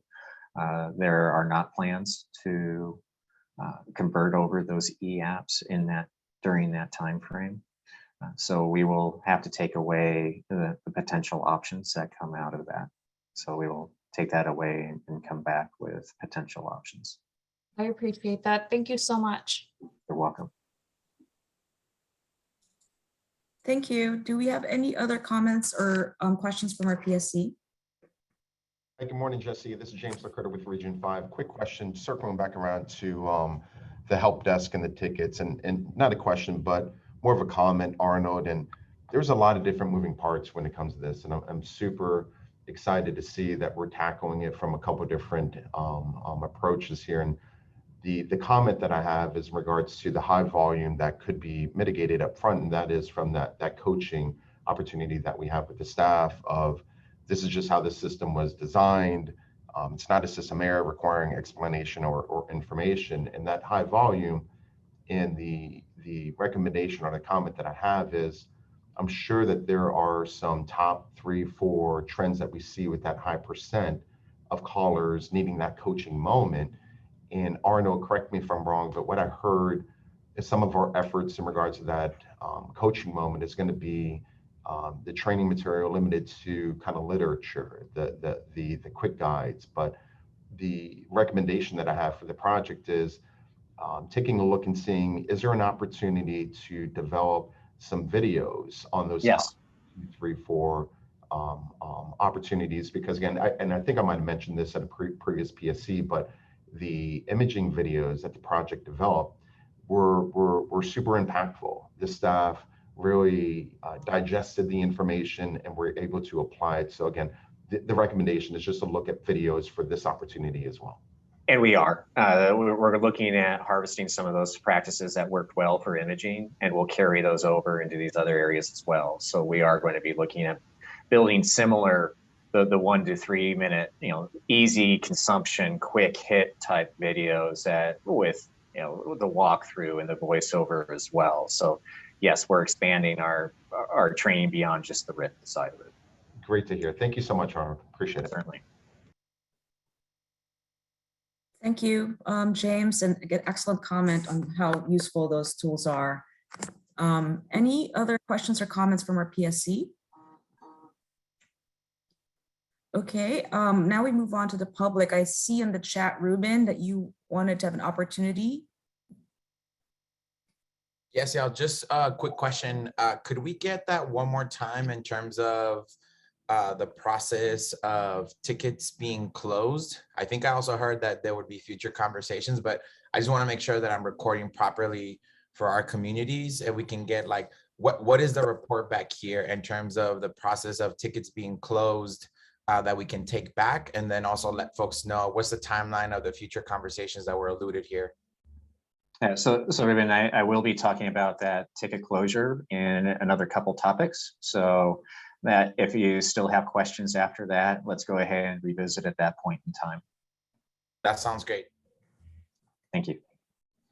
Do we have any other public comment on this agenda item? Okay. Hi, Jesse, this is Cindy. Hi, Cindy, sorry. Hi, I'm sorry, I didn't go for it. hop in time. You're I just wanted to appreciate the information on the ticket resolutions and hope that continues. We do see that it is improving here, and we are asking for more explanations when we get the ticket resolution responses. And so I do see improvement there, and I appreciate that. And I hope that, yeah, we continue on a forward path to having better communications. And I appreciate all the information you provided today. So thank you. Sometimes, the responses can be kind of vague, and then we get more information. And so I think we've established better relationships that way. And so I think it's just helping moving forward. So thank you. Yes, thank you, Cindy. Thank you, Cindy. Okay, I think at this point, we're moving on to the next agenda item, which is update on key risks and mitigation plans. I think you're still on for this, Arnold. Yes, I am, and I have some partners in crime as well. Okay, so Rachel and Dan. Rachel and Dan. Okay, and I will start off with 262. Just as a background refresher, 262 is a risk that we are not just monitoring, but mitigating relative to making sure that the Calhoun counties have the information that they need, that's both complete, but also timely, so that the counties can execute the items that they have to get ready. In last month's meeting, I had mentioned that one of our updates relative to the work plan and the checklist that have been provided to the counties so far up through wave 3 right now have them, is that with wave 1, we're starting to do deep dive walkthroughs. We did have our first deep dive walkthrough of the work plan that literally went through section by section of the work plan, that also engaged each of our work plan owners internally on the project. So we brought individuals that were leading efforts from the project around imaging, around our change management related activities, around contact center. So it was a full team effort to walk through the work plan to make sure that there was an awareness and an understanding of what their activities in the work plan really mean, the dependencies that exist between them, and the timing associated with them. So that's something that we're continuing to do as part of our ongoing efforts to make sure that those work plans are really well understood. In the last 2 days, we have actually had a core group of people working to make sure that the dates were actually updated as well. We had a couple of dates that were out of sync and that were not current. And so the team in the last 2 days has worked through those to make sure that the dates are actually current, so the counties know what's coming up through the month of June around that. And then we're also tracking against our green light governance process. There is actually going to be an overview of that green light governance process coming up with the agenda item related to wave 1 readiness. So I'll let Yang talk about that when she discusses the governance process. We have an implementation readiness dashboard and packet that are going to be provided to the wave 1 counties as well. And that content we're working on right now, tailoring to make sure that the content that's provided to the counties about where they are relative to their overall readiness is consumable, because it's a lot of dense information and we want to make sure that it's consumable and something that also is action oriented, so that the counties know that if there are particular hotspots that we need to focus on, that there's a way to draw that attention on the areas that require some action or some attention. And then we've talked about before the TOS team support with the counties. It is an effort that now we're starting to see picking up a little bit of speed and interest in making sure that the counties are getting the answers to their questions throughout the process on, in between the overall work plan review, what's happening on a weekly basis. Is the county getting what the county needs? Are there questions? Are there resources that are needed to support? So those TOS teams are pretty fundamental to help with the county's readiness to go live. Dan, do you want to add it? Or actually, I don't know if Abby is on. Dan or Abby, do you want to add anything on 262? So I know Abby's on and is covering one more feeder to this step, which is an ISS implementation support action plan retrospective from our C4 implementation. I don't know, Abby, if you had any other things you wanted to add to this. We're trying to keep it fairly high level for PSC. Yes, for risk 262, QA has been supporting this, the risk mitigations here. And for Greenlight Governance, we facilitated the discussions on the governance structure, which is based on the C4 migration model, but adjusted with the lessons learned. And then for the implementation readiness dashboard and packet, we're providing guidance and support on the initial dashboard and packet layout and contents. And on the resources perspective, we also have resources assigned to the TOS team to provide guidance and support alongside the project team for the most optimal county experience. Thank you.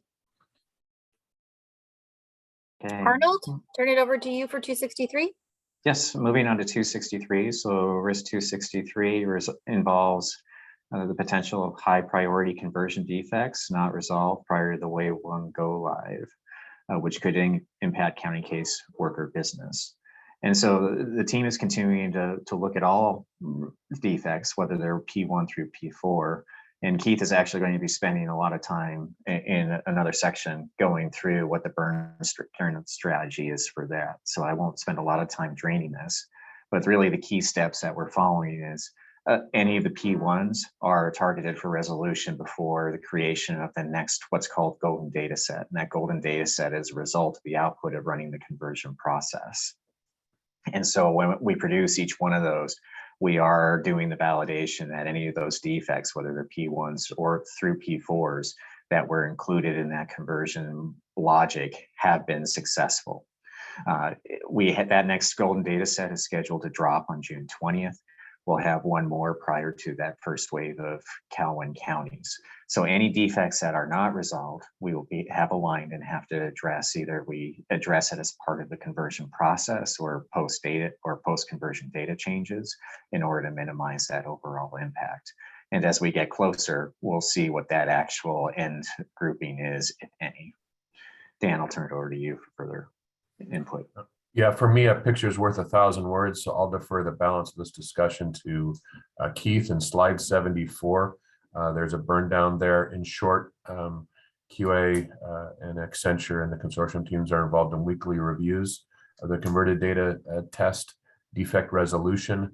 We were down to a couple P1s and P2s, which are the priority 1s and 2s, which are items we want to resolve to ensure that we have a quality UAT where we're using converted data.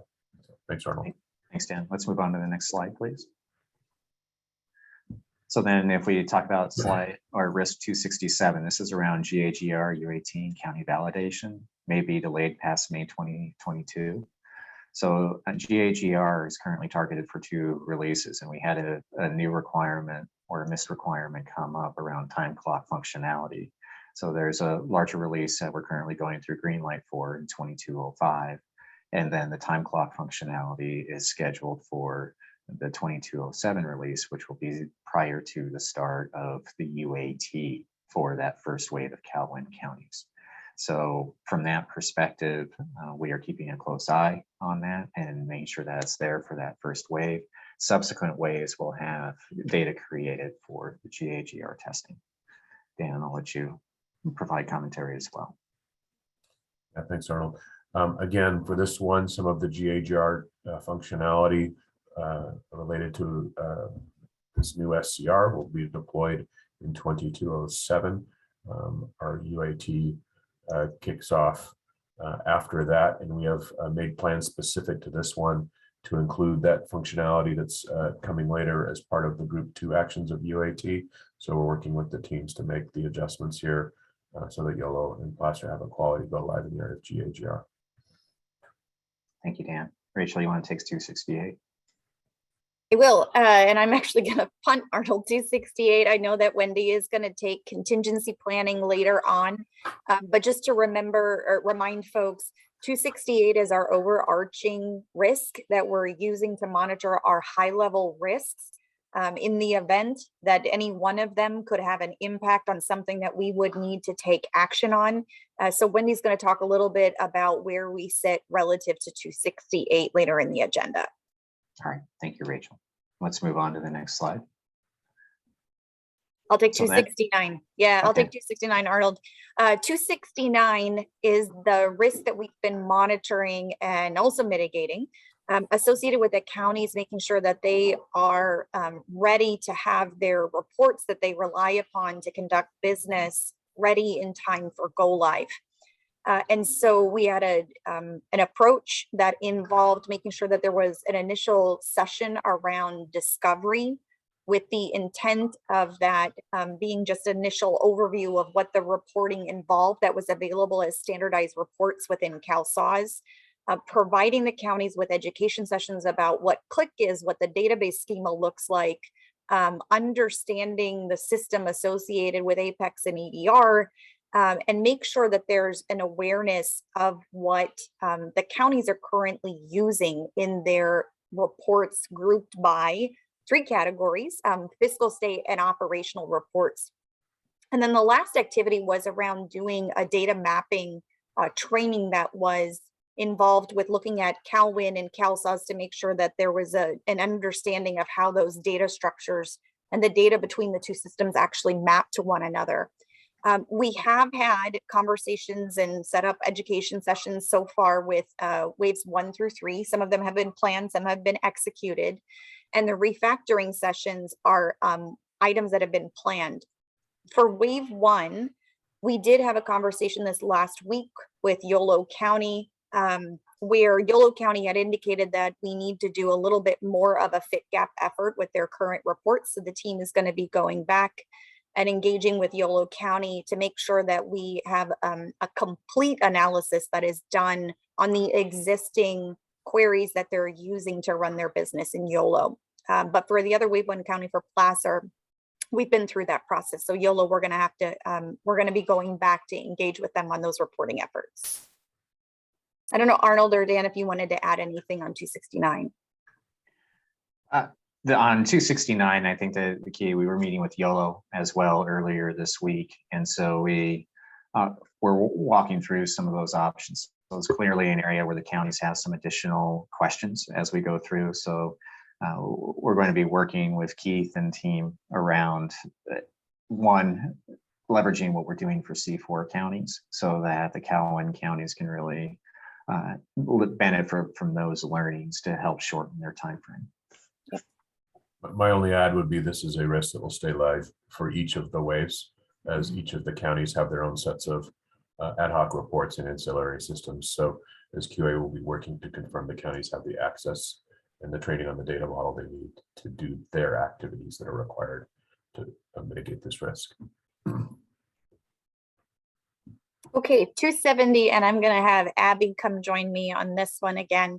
270 is the risk that we have been tracking relative to making sure that the change discussion guides that are to be used by the supervisors to have dialogue with their team members about how their processes are going to be changing with the move from CalWIN to CalSAWS. We had received some initial feedback to make sure that there was enough clarity in the change discussion guides that provided what the changes were, references to CalWIN as part of the change discussion guide. So we wanted to give a little bit of an update of where we are. We have been through now 3 versions of the submission of the change discussion guides through a formal process. The team has just worked through with the comment reviewers, closing out the final items relative to the final deliverable. So there had been a draft that had been done, comments had been incorporated, that had been reviewed. The team had walked through those comments again with the reviewers for anything that was left outstanding, and that has been resubmitted. So at this point, it's in the final stage of approval right now for the change discussion guides for Wave 1. Abby, do you want to add anything else on the CDGs? Yes, so as Rachel had mentioned, the OCM team is finalizing the CDGs by addressing unresolved comments from the draft version, and then there were 125 new comments on the final version. So OCM met with reviewers, including QA, who had submitted the majority of the comments for further clarification on those comments so that we could resolve those. So we've gone through the first iteration of confirming the comment resolutions, and we're just awaiting for, as Rachel had mentioned, just the second batch of comments to that will be resolved. And the comments expected to be addressed in the final version will lead to content that is useful for counties and meets the deliverable requirement.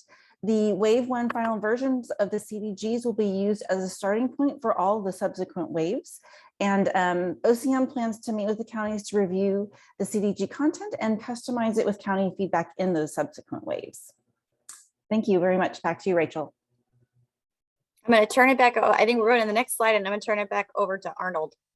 Yes, thank you. And so we now move over onto our mediums. And what I'll do is I'll cover the first 2 because there's similar action items here. And this is around the scaling of both the analytics dashboards and reports for the 58 counties, as well as the scaling of batch for the 58 counties may have an impact. And so with both of these together, what we've seen is that for the last 2 months, we are consistently meeting our batch SLAs for both the analytics as well as on the core batch. And we're actually getting additional time so that as we bring on the CalWINs, we have some buffer now. We're going to be validating that batch schedule as part of our performance testing. It's going to be occurring this summer in the June and July timeframe for both the analytics dashboards as well as on the batch or the batch itself. So we will continue to work on those, identify every batch run to look for other ways that we can trim additional time. We are also looking at reducing, as part of one of our other risks, the amount of data brought over in conversion. So reducing that data, which reduces the database size, which then makes things run faster. So that we are approaching this on multiple angles to make sure that we keep this at a medium, trending low, as we prepare for those Calhoun counties. The last one is around the imaging migration readiness. And so this is for those counties, and we've actually been making very good progress with our Wave 1 counties as well as our Wave 2 prep counties on validating their ability to export their images and be able to ingest those into the CalSAWS imaging solution. In addition, we're harvesting the best practices, and that led to the smooth go live for Los Angeles County, so that we can take those learnings plus the learnings from the C4 counties, so that those are being provided to the Calhoun counties as in preparation, so that they can focus more on the mapping of their existing forms, as well as just the configuration and the aging of the scanners, and be able to do a lot of that pre-work ahead of time, as well as the process work around it, so that there's a smoother transition when the Calhoun counties go live. Dan, I'll let you comment on all three of those as well. Thanks, Arnold. Like you, I'll take the first two in a batch. These have had significant progress over the past 6 months, started as highs, reds, now mediums, and I'll probably stay at that in that area as we monitor them for each of the 6 waves. We have a standing weekly meeting here where we review the tuning activities that have occurred, what's planned for the future, and impact on the runs. Over a half a dozen items were prioritized from our original meetings in this area. Sort of big bang for the buck and where the tuning can occur, which has had the most impact of the batch schedule. And one of the main things we're monitoring from the QA perspective here is as one process speeds up, it does have a chance to contend with something else because they're running at different times.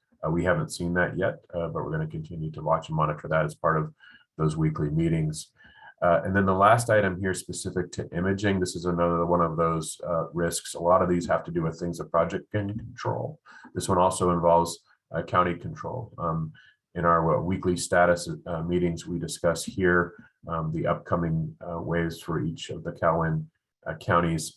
And for those 18 counties, there's about a dozen different flavors of legacy imaging products. And so we're working to confirm that the counties have the support from those legacy vendors on the exports, and that they have the hardware, software, and mapping activities completed to complete the import for the conversion of that legacy data. Thank you, Dan. Let's move on to the next slide. So on this slide, I'm very happy to report that risk number 256, which was red on the last meeting, has now been downgraded to a green. And that's around imaging scalability and performance degradation and the operational process risks that impact the go live dates for upcoming counties. And so this was in relation to the performance issues that we were encountering with the imaging application that were resolved prior to the Los Angeles go live and continues to remain stable. We are continuing to keep this open just as a green watch item, as we did do performance testing prior to the Los Angeles go live that proved stability for 58 counties, as well as for the Calhoun counties. As we come up, we'll be doing another round of performance testing just to confirm that that remains the case. Dan, any closing comments on that? No, I think you've covered this one completely, and other details were covered as part of topic 6 as well. So thanks, Arnold. All right, thank you. Jesse, with that, we'll return it back to you. Thank you for doing a thorough job on those risks. Do we have any questions or comments from our PSC members?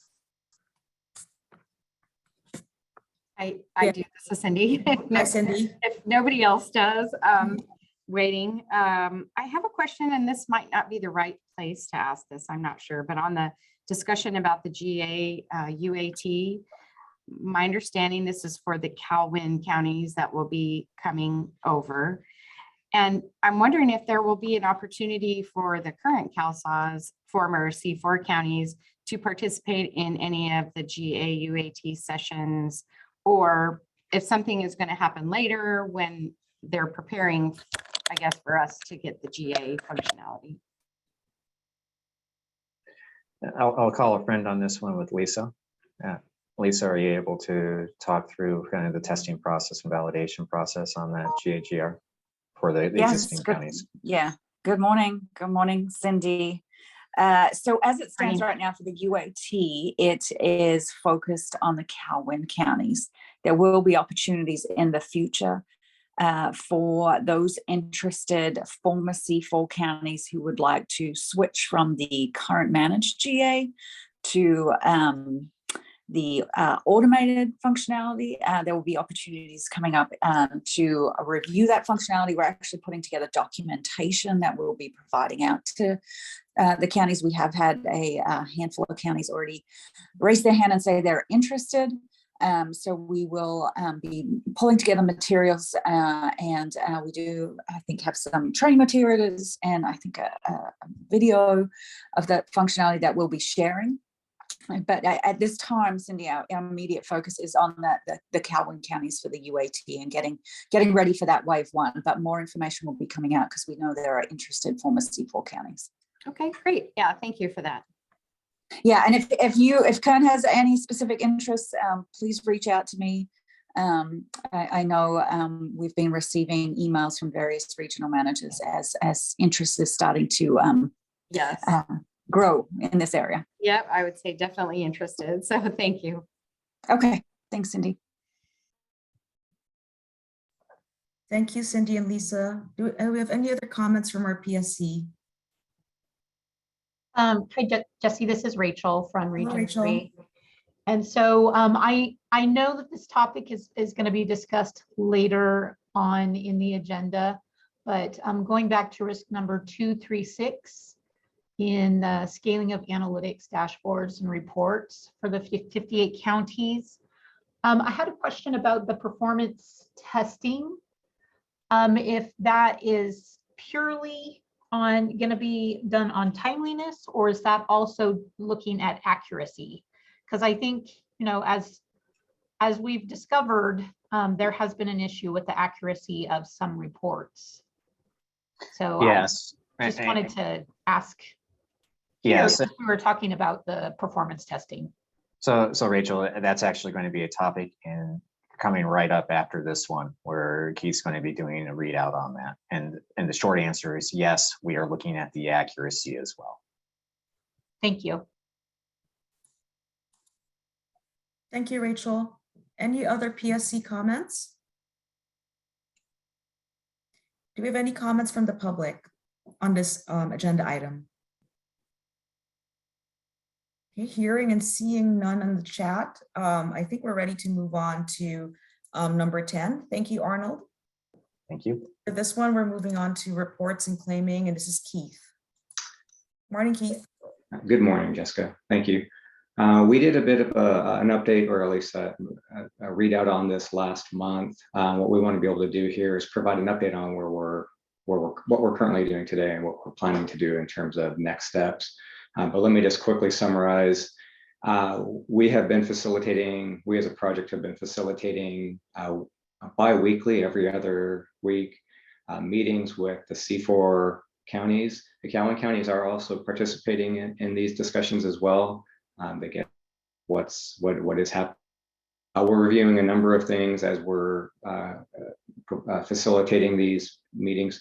Number one, what are the open defects and when are those planned to be resolved?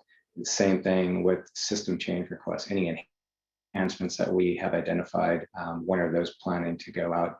And then first and foremost, we're really then listening to the counties and getting an understanding of what their hot topics are, so that we can make sure that we are correlating what we're hearing from the counties into the prioritization of those defects or those SCRs respectively. And so if we need to reprioritize based on what we're hearing, we certainly have the opportunity to do so. So that gives us a lot of good insight as we're meeting with the counties.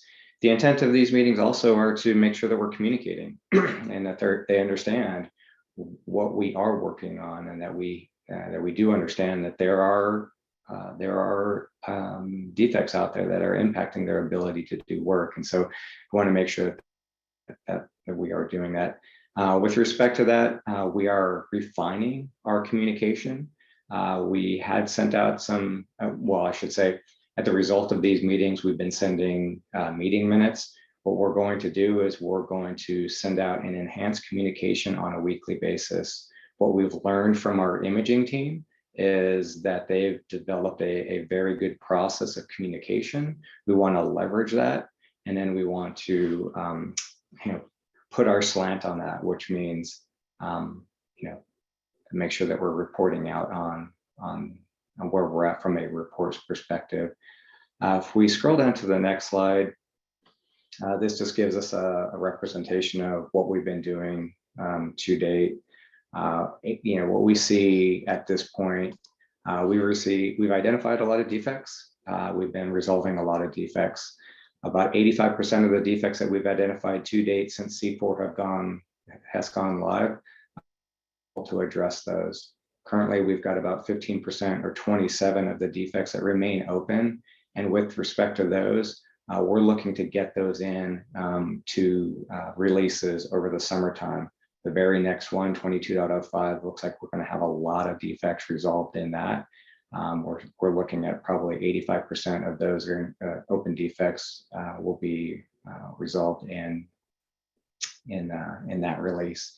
And then we'd be looking at the very next release, which is 22.07, to get the remaining ones in. I'm not going to spend a whole lot of time on just on these items here. However, what I would is go to the next slide and talk about what we're planning to do moving forward. I think you've heard from a number of teams here, when they say this is ever evolving. This is ever evolving, and just as I was preparing to present to you today, I am revising the draft communication, the enhanced communication that we plan to send out to the recipients by early next week. I think we're going to have a lot of good information in there that will help the counties understand where we are, and we'll continue on with that dialogue. As I mentioned, those biweekly meetings will continue. However, we're going to enhance our processes. I did talk about getting a pulse from the counties in terms of what is really impacting their ability to do work. As we communicate with the counties, what we'll be doing here is making sure that we're going through the reports known to us based on tickets and defects and SCRs, which are enhancements. We'll go through a report by report so that everybody understands this is what we're working on. And so if there's anything that's not in there that we need to work on, we'll listen to the counties and we'll get that in there. So we definitely want to make sure that we understand where the hotspots are in the counties. So as I mentioned before, that we can make sure that we're prioritizing those items and getting those resolved. We do have opportunities. We have the releases, we have priority releases. We also have release when ready, which essentially is as soon as we get the defect resolved, we can look at pushing that out respectively. Another thing that we're also doing is making sure that we're assessing the open tickets. So what I talked about previously is there are defects that are known to us based on what the counties have already provided as incidents. However, there are also incidents that are still outstanding, and we want to make sure that we're communicating and listening that this is what is essentially in our backlog that will likely, hopefully it doesn't turn into a defect, but if it does, we'll listen to them and understand what the priority of that needs to be. I talked about the enhanced communication, as I noted. An enhanced communication had been sent out. We received a lot of feedback, a lot of good feedback, and I'm refining that right now. We plan to have that out and sending that out on a weekly basis so that it's fresh every week. The last here, actually, I should say two last. We're going to look at taking opportunities of short videos that could help the counties from this is what we're experiencing on tickets, and whether or not it's something for a process for the project that we can communicate, or training opportunities for the counties. So we'll look at every opportunity there where we can.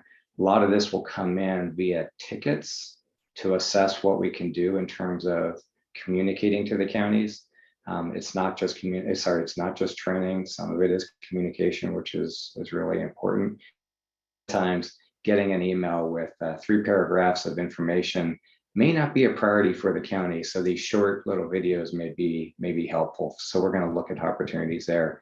And then lastly, well, maybe not lastly, but lastly, we're looking at our operations. We want to make, everything's about communication. We want to make sure as we're communicating, well, as we're executing our processes through the evening, we run into issues, and we want to be able to communicate those issues timely, so that we're not hearing from the counties as they're executing through their day. And so an example may be, if we executed a batch job and there was a file that was missing, we didn't receive the file timely throughout the evening, but we had to progress forward onto the batch jobs. Typically what we hear is, we don't understand that was an issue until we hear from the counties. We're looking at opportunities where we can go, okay, we didn't have the file timely, but we had to move on. So let's communicate to the counties so that they get that information first thing in the morning, and they're not experiencing it as they're executing their day in and day out job. So we're looking at every opportunity that we can. We've got some pretty good ideas here in terms of how we can communicate proactively, so that we're making the best use of the county's time. And we recognize that as they're in their day in and day out jobs, when they experience issues, we don't want this to become a wasted effort for them at those opportunities respectively. And then very, very, very lastly here, and I will pause here, Jessica, we just heard, what are we doing from making sure that these reports are accurate? As Arnold had mentioned, we're going through a performance effort. We're also looking at, regression testing our reports as we're going to look at enhancing that process, as well as making sure that we can tick and tie and we're not running into any issues. So we're looking at making every enhancement that we can here, so there's a better result for the counties. And with that, I will pause. I felt like I went a little bit longer, but Jessica, back to you. Thank you, Keith. And just wanted to recognize and appreciate the efforts of looking at other ways of communicating, and also being proactive, looking at different ways of being proactive and getting this information out to the counties. I also wanted to recognize there is a comment here from Sandra from Region 5, also appreciating the efforts to look at other ways of engaging staff with the videos. Videos are always well received. Are there any other comments or questions from our PSC? Okay, do we have any comments or questions from the public? Okay, thank you, Keith. All right, thank you, Jessica. We're now moving on to our next item, which is CalWIN Wave 1 implementation. And I think for this item, we have Catherine and Arnold. Thank you, Jessica, and good afternoon or good morning, everyone. For the CalWIN Wave 1 system readiness, we'll just walk through a couple of the key milestones and activities as we look forward in the next 30 days. So right now, on behalf of the system readiness, one of the key activities is preparing for UAT that will begin later in June. The teams are really focused on access, workstations, and resolving any type of security questions that may have come up. They are also actively working to resolve some of the the difficulties, whether it was with Zscanner or any of the other technology related items with the UAT team. And as a reminder, UAT is a global activity for all 18 counties, including Wave 1. A few other activities just to highlight from a system readiness perspective. The teams continue to complete data cleansing activities. There are a series of activities that are for case review guides, as well as some ongoing lists that the counties and the conversion teams are working through. They're also actively tracking that information through the data cleansing reports support tool that is also being refreshed on a month-to-month basis to provide real-time activities. There are a couple of activities regarding the IVR call flow and having that approved. For YOLO and Placer, those have already been submitted and moving forward, and then continuing to work with Contra Costa for theirs as well, even though some of the timelines have also been extended for them as well. I think we can go ahead and proceed to the next slide. And right now for technical readiness, a few updates. The county site plans are continuing to be under development with the team. This is also one of the activities with the help desk and the network services team. A couple other activities that are being prepared for. There are county business and application requirements. Also looking at the different SFTP server details and the coordination among the counties through the technical points of contact with the project team. There was an action item wanted to again follow up on the request for understanding the hardware specs and some other technical recommendations that the project has. That list has been provided and available on the web portal for all of the different hardware specification and recommendations. That also pertains to headsets for both contact and help desk, laptops, kiosk information, monitors, as well as some scanners. So all of that information is available and has been communicated, but it is available on the web portal. Moving on to the following slide regarding organizational readiness, a couple of key activities that are happening. There are ongoing discussions regarding some of the configuration, especially for wave one. A lot of the activities will be the meetings, and the kickoff for those items are going to be coming later this month. There was also the approval of the change discussion guides for the wave one counties. And then also follow on to that, the project will be working with the counties to develop a plan for communicating the CDGs and working with their teams to be able to provide that information. More of that to come as well over the next 30 to 45 days. Lastly, just to highlight the ongoing training curriculum development and using the TAC meetings. There was a TAC meeting yesterday to continue that review of the materials, as well as provide and solicit feedback across all of the counties, again, more from a global activity. So a lot of great traction that the teams are doing. We are also preparing for the T-6 survey, which will be just around the corner. All right, and then moving on to the next one. Again, this is more highlighted at some of the global readiness activities that we just covered. On behalf of conversion, there is always the data cleansing opportunities. Many more, or not many more, but there are more lists coming, and also additional details for the counties for those case review guides, which are the step-by-step instructions with screenshots. On behalf of validation efforts, UAT, and working with the team on getting ready and preparing for the UAT effort to start late in June. And then again, on the training ongoing curriculum reviews through the TAC meetings, as that will be wrapped up over the next 30 days as well. All right, and Jessica, I will turn it back over to you before we have it to Jan for the implementation go live governance structure. Thank you, Catherine. Do we have any questions or comments from our PSC on item 11? Okay, do we have any comments or questions from the public?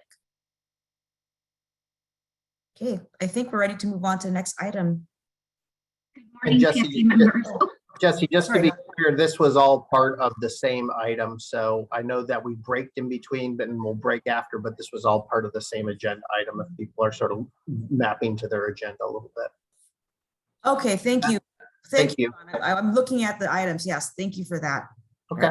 Welcome, Vaughn. All right. Thank you. Good morning, PSC members. So I'm going to be going over our how we're going to get to a 58 county system. So the ISS team has been planning for the Go Live governance model, and I'm going to give you an overview, a high-level overview of what's included. What are those meetings? Where are those checkpoints to get us to 58 counties? And so if we go on to the next slide. So this diagram may be very familiar to many of you. What we did was we leveraged the C4 governance structure, and we made some refinements to accommodate for tailoring to the Calwin counties. So I think what I want to express here, and we'll go into a little bit deeper details of those specific swim lanes, but I do want to highlight that the T- marks are very important as we leverage those timeframes to release work products, like those implementation work plans and checklists, as well as all of the various checkpoints. So I do want to just highlight that those are very important to us, and we track and monitor those T- X month marks. If we can move on to the next slide. So going forward from this slide onto the rest of my presentation, it'll be a very similar format.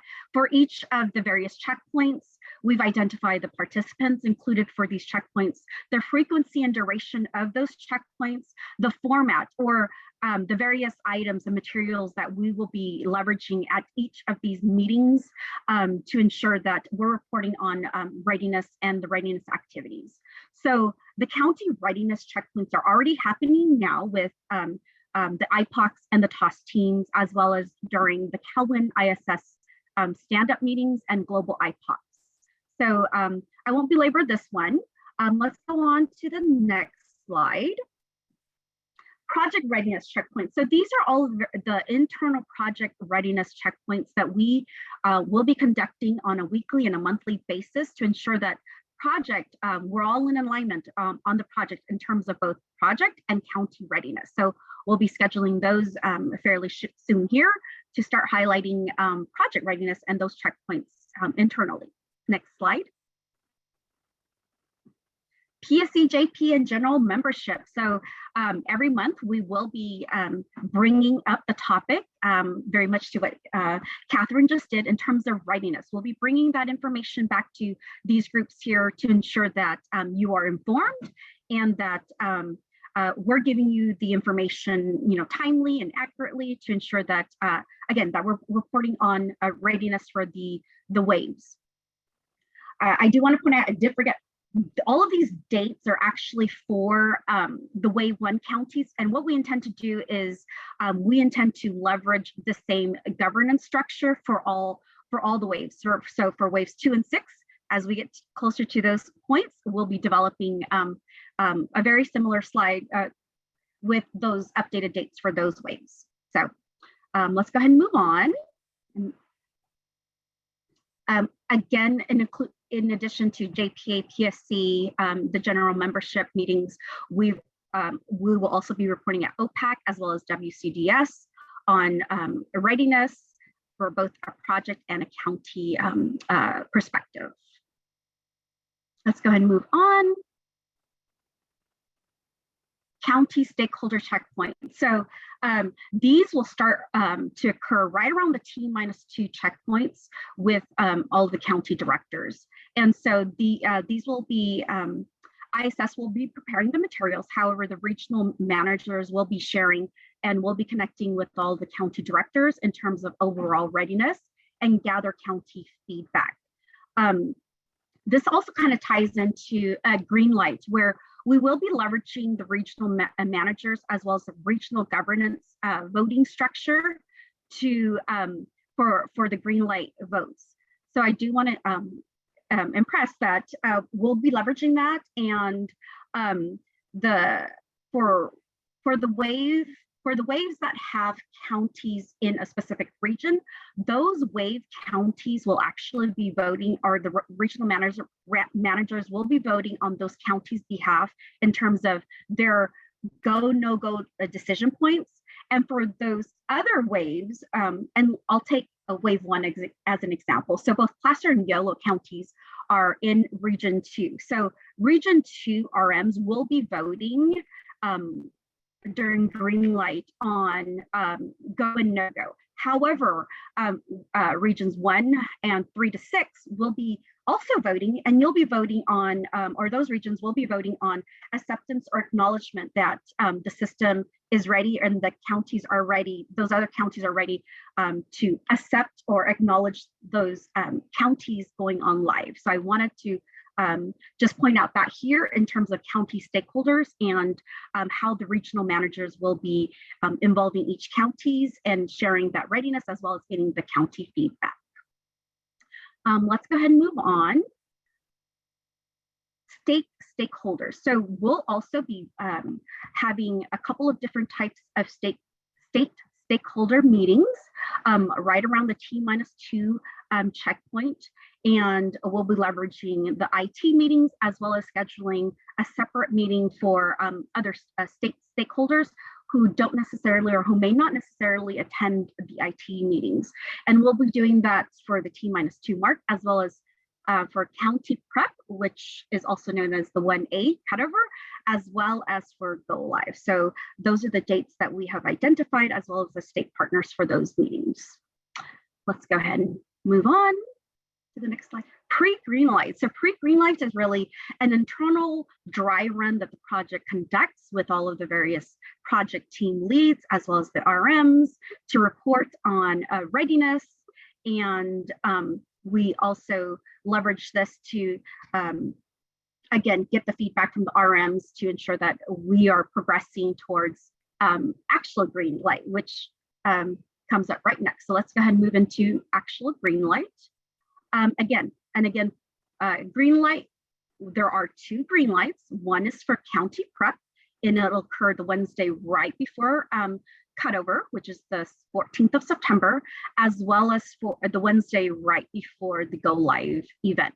So two go lives. You'll also notice there that there is a green light cutover weekend, which is that Sunday that we have a check-in right before we actually are turning on the switch for those waves. So those are approximate durations of those green lights, and those are all the participants. And again, for green light, we will be leveraging the regional voting structure that many of you are all familiar with, leveraging the RMs to make the votes on the county's behalf.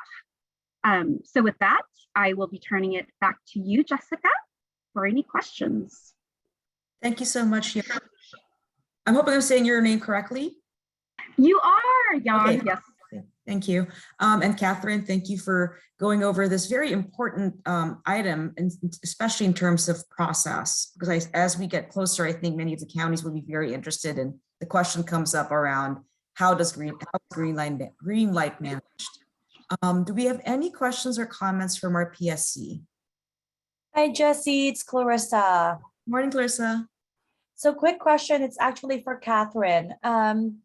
You mentioned earlier that the specifications for hardware that we might need as we get ready for go live, specifically for the Calwin counties. Can you mention again where we could find that? Yes, they are on the web portal, and I can go ahead and share that link. And I think I can share that in the chat if that's all right. Perfect, thank you. You got it. Thank you, Clarissa and Catherine. Any other comments or questions from our PSC? Any comments from the public? Okay, great. This was item number 11, so we're moving on to item number 12. Calwin conversion update, and we have Keith, Paul, Dawn, and Diane slated for this item. Okay, this is Keith, Keith Solis. I'll I will start and see if Paul and others want to add color commentary.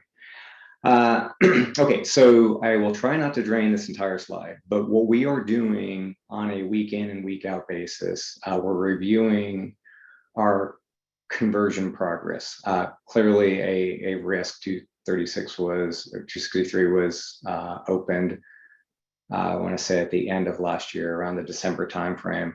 And we've been well, back then we created mitigation strategies and been tracking to our mitigation strategies. At the end of the day, we want to make sure that we have resolved any defects that are going to have a less than positive effect on the counties as they're participating in UAT. And so I'll talk to that in just a second. So suffice to say, our CDT execution has been going good. We have been delivering defects, albeit a lot of defects, to the CDT team as a result of our golden data sets. And so we have just recently, in the month of April, delivered golden data set number 7. That had all of the priority ones that Mr. Dandine had mentioned earlier. That is always our priority. We had delivered a high volume of the priority 2s with that as well. And that has allowed the CDT team to continue on with their progress of CDT. As we look forward, GDS 7 that I just mentioned, that is the final delivery to CDT. Our next golden data set will be golden data set number 8. And that's going to be a result of our mock cutover. That delivery will go in for another effort, which is called county data validation. However, before I get into that, let me scroll down just real quickly. I'm going to apologize here. I'm probably going to go a little bit back and forth. If we go down to the next slide, please. Thank you. This gives us a visual of what we've been delivering as a result of the golden data sets. I just mentioned golden data set number 7. We have golden data set number 8. Our intent here and our focus is priority number 1s and priority number 2s. Those are your defects. Priority number 1, sorry, if everybody just would understand real quickly, priority number 1 basically means you can't move through the system. Something's wrong with the system. We've impacted the county's ability to do so. Priority number 2 means there may be a workaround, but it's cumbersome. It's not the ideal situation. Priority 3s and 4s, meaning there is a workaround in the system. Obviously not ideal, but you could get through the system. So our focus obviously is always priority 1s and priority 2s. So we've been good so far to get through all but 1 or 2 of the priority 1s. Any priority 1 that is open at this point, we've got prioritized for GDS 8. We won't be able to get through all of the priority 2s for GDS 8, and that's why we'll have a GDS 9. GDS 9 is kind of a good problem for us to have. It represents 2 things for us. It's our transition from wave 1 into wave 2, but it also gives us an opportunity to deliver defects into that release. We're also including, and I shouldn't say we're including, but I should say Roger Perez and his CDT team are going to proactively continue to work with us as we execute through these deliveries. Their CDT effort will complete at the end of the month. However, as we're delivering these defects, his team will have the opportunity to go in and validate that our defects have in fact been resolved. And so we'll continue to facilitate that through the golden data set number 8 and golden data set number 9. Just because we deliver golden data set number 9 doesn't mean we're completely done. Clearly at that point, we're starting to change gears and look towards the wave 1 go live. However, we still have an opportunity because we're about 2 months out of that go live. So we'll continue to assess and deliver defects into our data set. If we just scroll down real quickly, it'll give us a sense of where we're at. Part of the mitigation strategies, we put together a burn down. So we looked back in March, how many defects we had. We started to project out how many defects we should see or get out of the CDT effort. We would have a bit of a lull period, and then we would go into UAT, and we projected some additional defects coming into the conversion as a result of UAT. The blue line represents a plan. The dotted green line represents the actuals to date. Being below the line is good, and that's where we're at right now. So we're going to continue to track this as we prepare for go live. This will be an ongoing effort for us. Scrolling down to the next slide, it was an action item that Mr. John Boulay had asked me to present on. This is our target for the yellow banner cases, and to put it into perspective, as we convert, all cases will convert, all benefits will roll. However, all cases will need to be reviewed, with the exception of those cases when we run our auto case review. If it matches on a set of 10 criteria, and you can look at it as status, benefit, aid code, there are a number of others as well. But if it matches on all of those 10 items, we remove the banner from the yellow banner from the case, and that doesn't require any review by the caseworkers. Where we're at right now with the last golden data set, we are at 58%. So 58% of the cases would remove the banner. The remaining would continue to have the banner. That was as a golden data set number 7. Clearly, we don't have another golden data set until GDS 8, which that gets delivered on June 20th. However, as we're progressing in our lower environments and we're testing out our processes, we have a number of changes that we've been applying there. We're seeing that we're somewhere in the 62, 63% right now, and still seeing that there are other gains that we can apply here.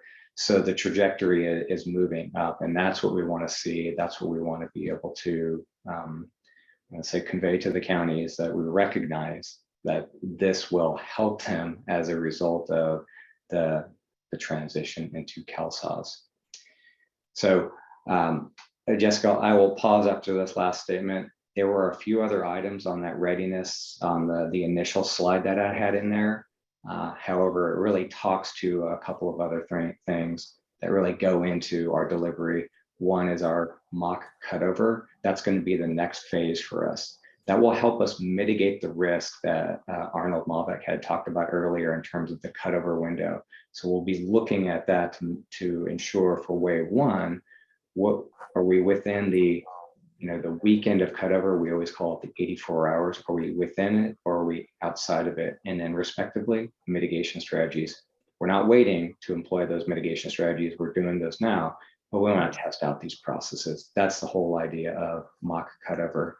And then county data validation that Mr. Paul Trisler, my cohort in this conversion effort for the last 2-3 years, and Kristen Pepper will be responsible for organizing and working with the CalWIN Wave 1 counties to come in and look at the data as a result of the mock cutover, which is golden data set number 8 in our conversion environment, and just see, do your cases look right? This will be this is going to be very important for us. It'll be the first time the county is going to see their data for converted data in a CalSAWS environment. We've been looking at it for a long time, but the CalWIN counties now get an opportunity to come in there, and we're really looking forward to that and supporting them through that process. And then lastly, just our trajectory and progress towards the Wave 1 Count 1A county prep, as well as the 1B. And with that, I will pause. Jessica, I'll send it back to you. Thank you, Keith. And before we get comments or questions from our PSC, I just wanted to do a quick time check. We are at the 11 o'clock hour, and we do have a fair number of pretty important items still ahead. So John, I just wanted to call that out for any of our presenters, in terms of just time management, because I was adding all the time allotted and we may not be able to cover all of them. Yeah, we are way behind. Yeah, so I just wanted to call that out for folks. Do we have any questions or comments from our PSC? Okay, do we have any, sorry, Paul, I saw you come on. Okay. Do we have any comments from the public on this item? Okay, thank you, Keith. I think we're moving on to item 13. All right. Thank you, Jesse. This Hello, is Wendy. Wendy. This is Wendy, and I will be very brief on with this one.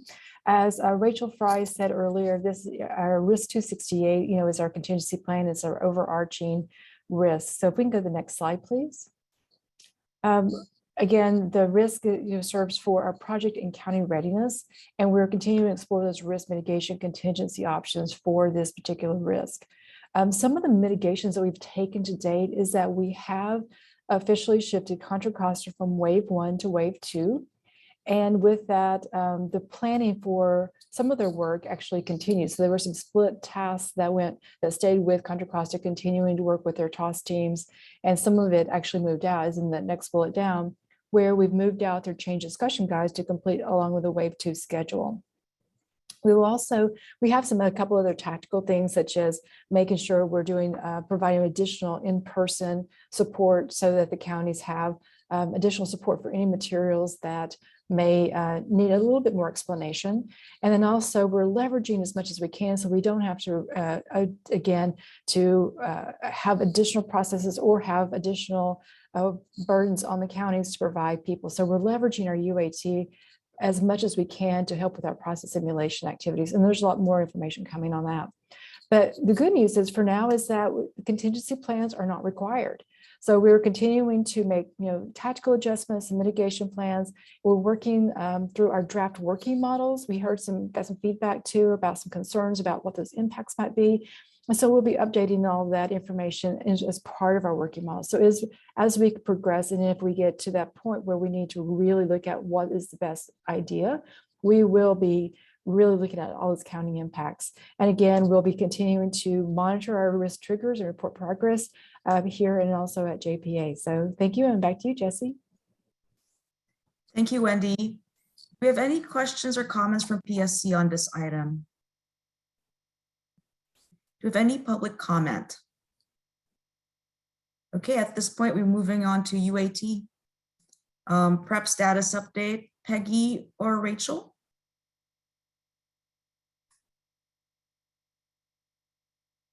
Do you have anyone who's covering this item today? Sorry, this is Peggy. Rachel is going to be covering our update today. Rachel, you want to take it away? Absolutely. Good morning, everybody. Can you hear me okay? Loud and clear. Awesome. All right. There are a couple of major milestones here we want to point out. We are in the middle of script development. There was also an opportunity for our Calhoun counties to receive a couple sample scripts to provide some feedback on for our UAT for Calhoun. We are providing some more prescriptive, more detailed scripts. And we're giving Calhoun counties an opportunity to give early feedback on that front. Application training is in progress for our group 1 folks who are our managed personnel, lobby management, CAPI, childcare, welfare to work folks. And they are completing learning management system WBTs at this point in time. If we can go to the next slide, we'll talk a little bit more about some additional more details that are happening and activities on the UAT front. We're at about 300 UAT participants that have been confirmed for all 18 Calhoun counties. We are working with Placer and I believe now Orange County, just working through an alternative solution for their VPN, which is required in order to access the UAT environment. Script development, as mentioned earlier, is in progress and continues.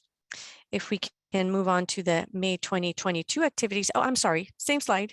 Thank you so much. Just a couple of things that we've accomplished and continue to accomplish with the amazing folks that are participating in this effort. We had a kickoff for the UAT training to get folks squared away from an LMS perspective and training perspective. We had a kickoff with our county folks that are going to be providing support to develop the GAGR scripts. We also had a UAT security and configuration setup session. So for UAT purposes, we have county staff that will be managing and maintaining those security pieces for our UAT participants. And of course, we're supporting them. And between May 24th and June 3rd, we will be bringing in our UAT participants for early validation into the CalSAWS environment itself to make sure that they can get in. Execution does not start until June 27th, but we are getting them in there early just to make sure we flush out any security related updates that we need to accomplish before they start execution. Then in June, we do have some hands-on application training for our Group 1 folks, and we actually execute and start off our Group 2 training activities where they will start looking at the WBTs in the LMS application. The Group 2 folks will have some also some hands-on webinar training that will be facilitated in early July. All of this in preparation for execution for a successful UAT. We do have some kickoff activities between June 13th and June 24th, where we will focus on the execution process that our UAT participants will be leveraging and using as part of the actual execution of test scripts. And UAT Group 1 execution will begin June 27th. Any questions? Thank you, Rachel. Do we have any questions or comments from our PSC members on this item? Do we have any public comment on item 14? Okay. Thank you much. So now it's back to Arnold. Hi, Jesse. We'll go ahead. So this is pulling us back to answer those questions that we had around ticket closure and timing and escalation. So I will cover what's currently within the process, as well as an idea around how we can improve that communication. And so as we look at it for our current process, if additional information is required, the teams route the tickets to what's called our central escalate, our CalSAWS project service desk. So that is the project service desk. If you look at where the flow comes from, it usually starts from the counties. So the users typically call their county desks. If the county desks are unable to answer the question, it goes to the project desk. And then from the project desk, it goes to the tier 3 support personnel. So that central escalate function is part of the service desk. And for the 39C4 counties, if additional information is needed, central escalate will make 2 phone calls before resolving the ticket if there is a lack of response, and those calls come on successive business days. For Los Angeles, central escalate will log an additional comment requesting information and resolve after 3 business days if there is a lack of response. When the tickets are closed from the tier 3 teams, they've made it through the service desk into the tier 3 teams, the closure occurs with documentation of the end result, and it's closed without confirmation with the end user. And so that's where we would be proposing a change in our process, so that if the ticket is unable to recreate the issue, the tier 3 teams escalate to the incident manager at the county to coordinate on those tickets to try and get more of that information before trying to close it as no trouble found or anything along those lines. That way we can ensure more of that tighter handoff and still use those county service contacts as the conduit for the communications. So Jesse, that's the brief update there. Happy to answer questions. Thank you, Arnold. Who is the incident manager for the counties? It's going to be on a per county basis, and typically we see that it's a source at the county desks. Thank you. So, yes, go ahead. Okay, I don't know if Arnold is. No, that was it. I didn't have anything else. I think there was some background noise. Okay, thank you. Do we have any questions or comments from our PSC on this item? I know there were questions at an earlier item related to this. So this would be the time and space to have that discussion. Okay, I'm not seeing any comments or questions from our PSC related to help desk ticket closures. looking at the chat as well. Sorry, Jesse. Oh, hi. I was waiting for you. I was figuring that you would want to speak up with this item. I just wanted to know, do you know the volume that the team can handle, the volume of tickets? When you say the volume of tickets at the team, which team are you referring to? The consolidated across, or are you talking about the tier 3 team? The tier 3 team? So our overall volume of tickets flowing through the system is about 3,000 a month. We're looking at cutting that in half. What we've seen is that the tier 3 teams have actually been able to surge and have caught up to within 30 days. So they're keeping up with the current inflow, which is currently about 3,000 resolved totally across the county desks, the central desk, and the tier 3 team. We're really trying to focus on the tier 3 team on those systematic issues, which addresses the action items that we outlined before, so we can cut the inflow into them. Thank you so much. Absolutely. Arnold, I had a question about this proposed change. Yes. Is something that's going to be, how will this be communicated to counties? Is it a CIT or some other way? Well, before we actually implement it, we're going to engage with the regional managers and county discussions and review this and make sure that, one, it works for all the parties. And if it doesn't work for all the counties, then we'll have to create some variations on it. Then after that, yes, we will communicate it out through both the enhanced communication process as well as the CIT. Another question that I've gotten through regional is, well, maybe that's not so much a question, but a concern from the CalWIN counties of what is the planning with regards to that expected surge when CalWIN counties eventually come online. So how are we thinking about that upcoming surge? Because I think the table that you showed earlier show that with any wave coming on board, there is an expected surge. And how does that look like, or what is the planning behind that for CalWIN counties as they come on waves? So there will be multiples, and Rachel and talked about it, and Catherine talked about it through the prep activities ahead of time, just around the training and doing the validation of knowledge recipients. Then when you get into the actual event, the good news is that a lot of the functionality will have been vetted out through the 40 counties. So we expect a lower surge than we saw originally when C4 came on. Also, just by virtue of the number of counties that are coming on and the associated volumes with those counties, it's going to be a lower number. In addition, we're going to be placing resources as part of the go live activities out at the counties, so that we'll have experts out at the counties who can answer the questions up front, and that should help and then identify those trends, so that we can do much like we did with the imaging and get very rapid turnaround on some of the lessons learned, the hot points, and that should help reduce that amount of surge volume that comes through as we are closely monitoring the county experience, understanding the hot points, have the people on the ground to answer the questions, and then get the communication out quickly. Thank you, Arnold. I think just I'm hoping that the CalWIN counties that are hearing this, that would be very good information, just recognizing that we'll try to prevent even those tickets being entered as tickets if we have on-site support right away to answer those questions. That's right. And we'll also have centralized lines that the counties can call into for those support questions. So we're looking at a pretty comprehensive support structure for those counties as they roll on. Thank you. Any other comments or questions from our PSC? Do you have any public comment on this item?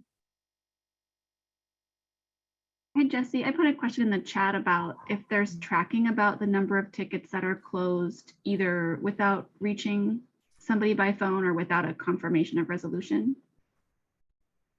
So yes, Jen, we do keep track of the tickets where if we were unable to recreate, so we do have those. That's actually part of what we're going to be focusing on as well from those training, and also the reach out to the end users. So those metrics are being tracked internally. I wanted to also, this is, there's a comment in the chat. Lenora, did you want to ask your question or do you want me to ask it for you? This is from Lenora from Monterey. So the question is the backlog of tickets with level 3 resolve? If not, when can counties expect those to be processed? So if we look at it, the current backlog is roughly sitting within 30 days. And we expect to be, or some of the teams are actually current as we speak. So they're keeping up with the inflow. So I expect within the next month, we'll be current across all the teams. Is it possible we could take an action item on just reporting out at the next PSC on these? Absolutely. We'll continue, and that'll be part of the ongoing commitment that we have as final acceptance to continue to be reporting on the tickets and the flow, especially as we get ready for the Calhoun counties. Excellent. Can we also include the question regarding the number of tickets closed without response or confirmation resolution for that report? Yes. Yes, okay. we can increase that granularity, include that as part of the update as we go forward. Okay, excellent. Sandra, I can go ahead and just read your question from Region 5, asking for a list of those closed tickets that were unable to be recreated by the county. Is that managed through our regional managers or? We can get that list to the regional managers and we'll cover those with them as well as part of the enhanced communication with them. Okay, great. Thank you. Any other public comments on this item? Okay, great. Thank you, Arnold. We're moving on to ISS action plan for the retrospective. I really wanted to make sure we don't punt this item to another PSC because Abby, I think that you were slated for the prior meeting. So Abby, are you on? I am. Thank you, Jesse. Thank you. Hi, everybody. I'm Abby Darren. I'm the QA implementation manager. In one of the previous meetings, we shared that the project was conducting retrospectives on C4 migration implementation activities. There's a lot of interest in how these lessons learned will be brought forward to the Calhoun implementation and influence how the ISS team will conduct their implementation, change, and training activities. And today we're bringing you an update on this. So this slide outlines what we did. In October, QA conducted 5 retrospective sessions with the C4 migration, change management, training, and implementation and TOS teams. The participants included Accenture, Consortium, and QA. And we talked about what worked well, opportunities for improvement, and action items and next steps. Next slide, please. Okay, and then in December and January, we facilitated sessions with Deloitte and the Consortium ISS to review the C4 retrospective themes by area, analyze recommendations. We brainstormed on ideas and identified specific actions by workstream. The ISS team had great conversations and creative ideas that were brought to the discussion. Next slide, please. So the intent of these exercises was to bridge the gap between C4 and the Calhoun implementations by refining the ISS implementation, change, and training tactics to address the C4 migration lessons learned. Next slide, please. So we broke down ideas into Calhoun ISS action tasks and the details behind it. There are 47 action plan items identified by the collective team. Some items impacted more than one work stream or team, and we noted that cross-team collaboration is needed. We identified owners for each action plan item, and we identified how and where this item will be addressed, for example, in the county readiness checklist or a county work plan. And then we established a time frame for each item. And now we're executing on the plan, sharing status, and monitoring progress. Next slide, please. So the next slides that I'm going to go over are summaries by workstream of each of the C4 retrospective themes and action plan highlights for each of the areas. Each workstream has a number of C4 themes associated with it. We also include the total number of action plan items for each workstream. And we have themes and highlights. And then today we're focusing on today's highlights on the adjustments that we are making to our processes to improve the county experience. Next slide, please. So for the theme of stronger messaging or communication from the project to counties, we have a number of things. Our first improvement is to identify milestone metrics so that counties understand what is being measured for readiness. The project will also provide a longer schedule for the county prep phase with interim due dates so counties can complete tasks in groups and pace their workload. And we'll also provide a pre-county prep checklist to help counties ensure that they are prepared to execute the activities in place. We're also identifying a CalSAWS project staffing plan early to ensure adequate coverage for county support at go live. And then for the theme of stronger project collaboration, we're going to be working more closely with counties, county implementation points of contact and technical points of contact. We'll have regular and potentially more frequent touch points with project teams for better county and project collaboration. Counties will work closely with projects subject matter experts to prepare for CalSAWS configuration items, and counties will work with us to monitor workflow queues at go live, such as images and exception queues, and we'll be asking counties for pre-go live backlog volumes so that we have a basis of comparison. We're also going to be implementing a command center model focused more on providing immediate answers to counties rather than logging tickets for resolution. And then we're focusing on enhancing our implementation team's knowledge of CalSAWS so they can provide better support and immediate answers to counties. So that theme of immediate answers to counties was something that was a lessons learned from the C4 migration. And we're also going to help counties understand how to find information quickly, and counties will be informed of outcomes from our communication and web portal strike team initiatives and changes for the better. In regards to conversion, counties will also have check-ins with regional managers prior to the county prep daily calls for enhanced county support, similar to the approach taken for the daily post-deployment support calls. And then we really are going to emphasize increased collaboration across project teams during conversion. And the benefit is that counties will hear consistent information from all project teams, which helps them prepare for go live. Next slide. Okay, for change management, we have evolved the strategy on conducting system demonstrations. We've been utilizing county subject matter experts to demonstrate the use of CalSAWS, and it's been very effective. For example, hearings. Marie Tidd from San Bernardino collaborated with us to demonstrate hearings functionality in the Northern and Southern California Appeals Committee meeting, and that went very well on that collaboration. And we'll prioritize questions from an upcoming wave over later waves if needed.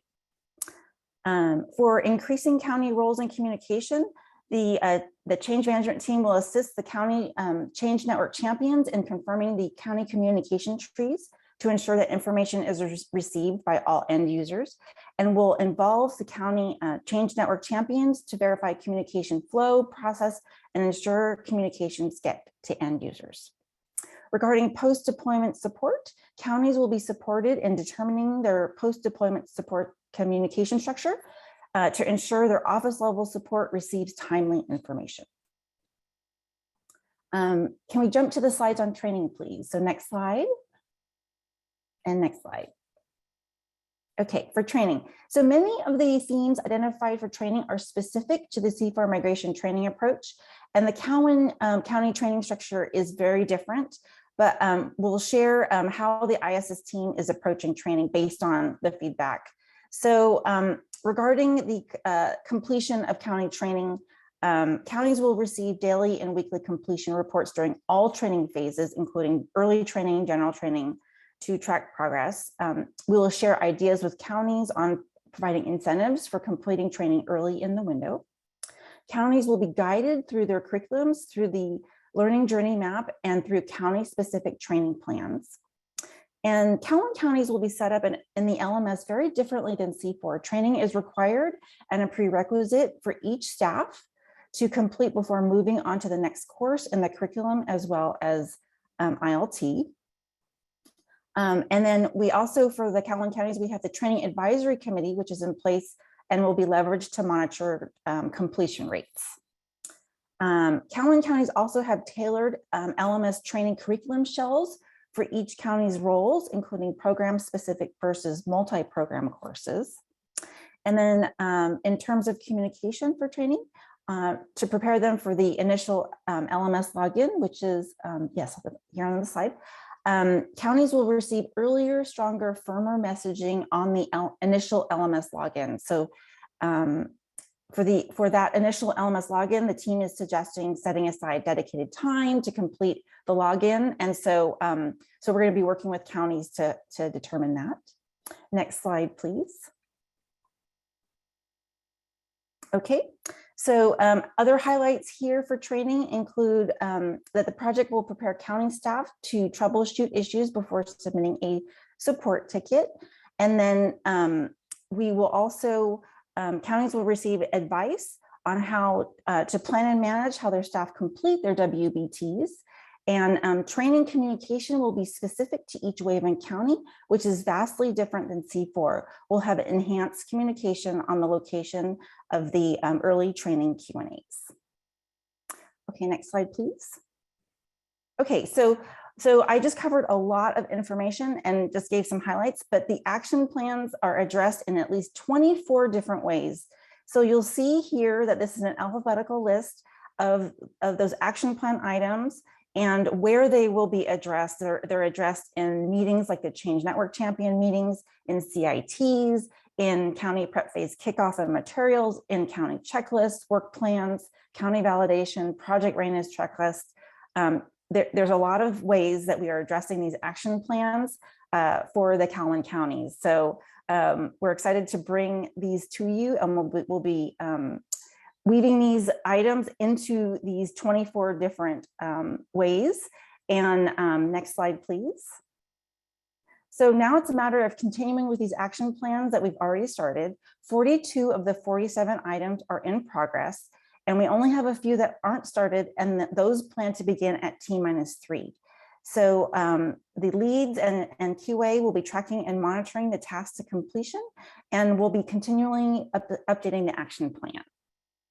So that is the highlight that we wanted to bring you today about the C4 migration retrospectives and the ISS action plans.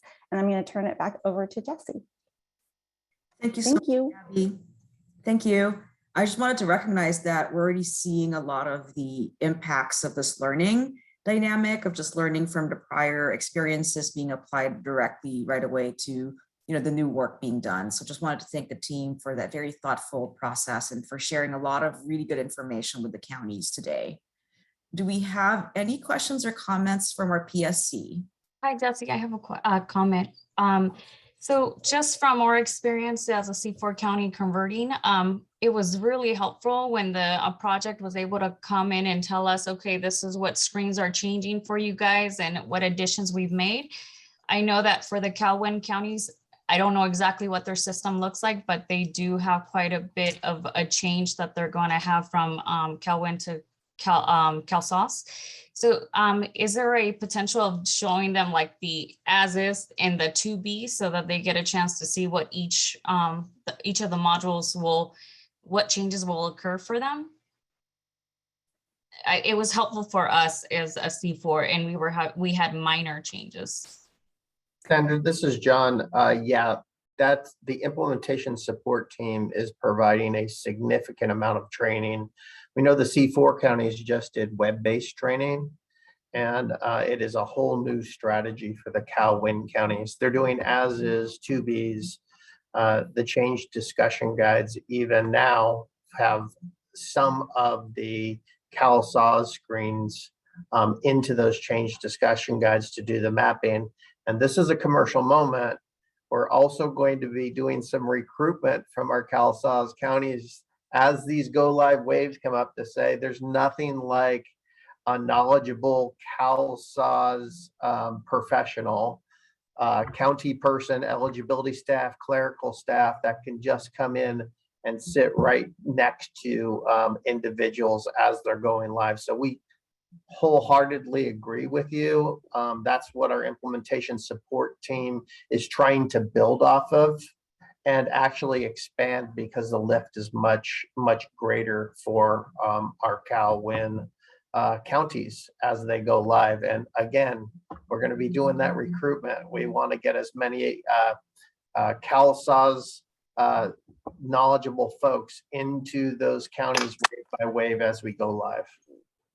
That's wonderful, because demos are very, very much needed. So I appreciate that you guys are taking all that into consideration. So thank you so much.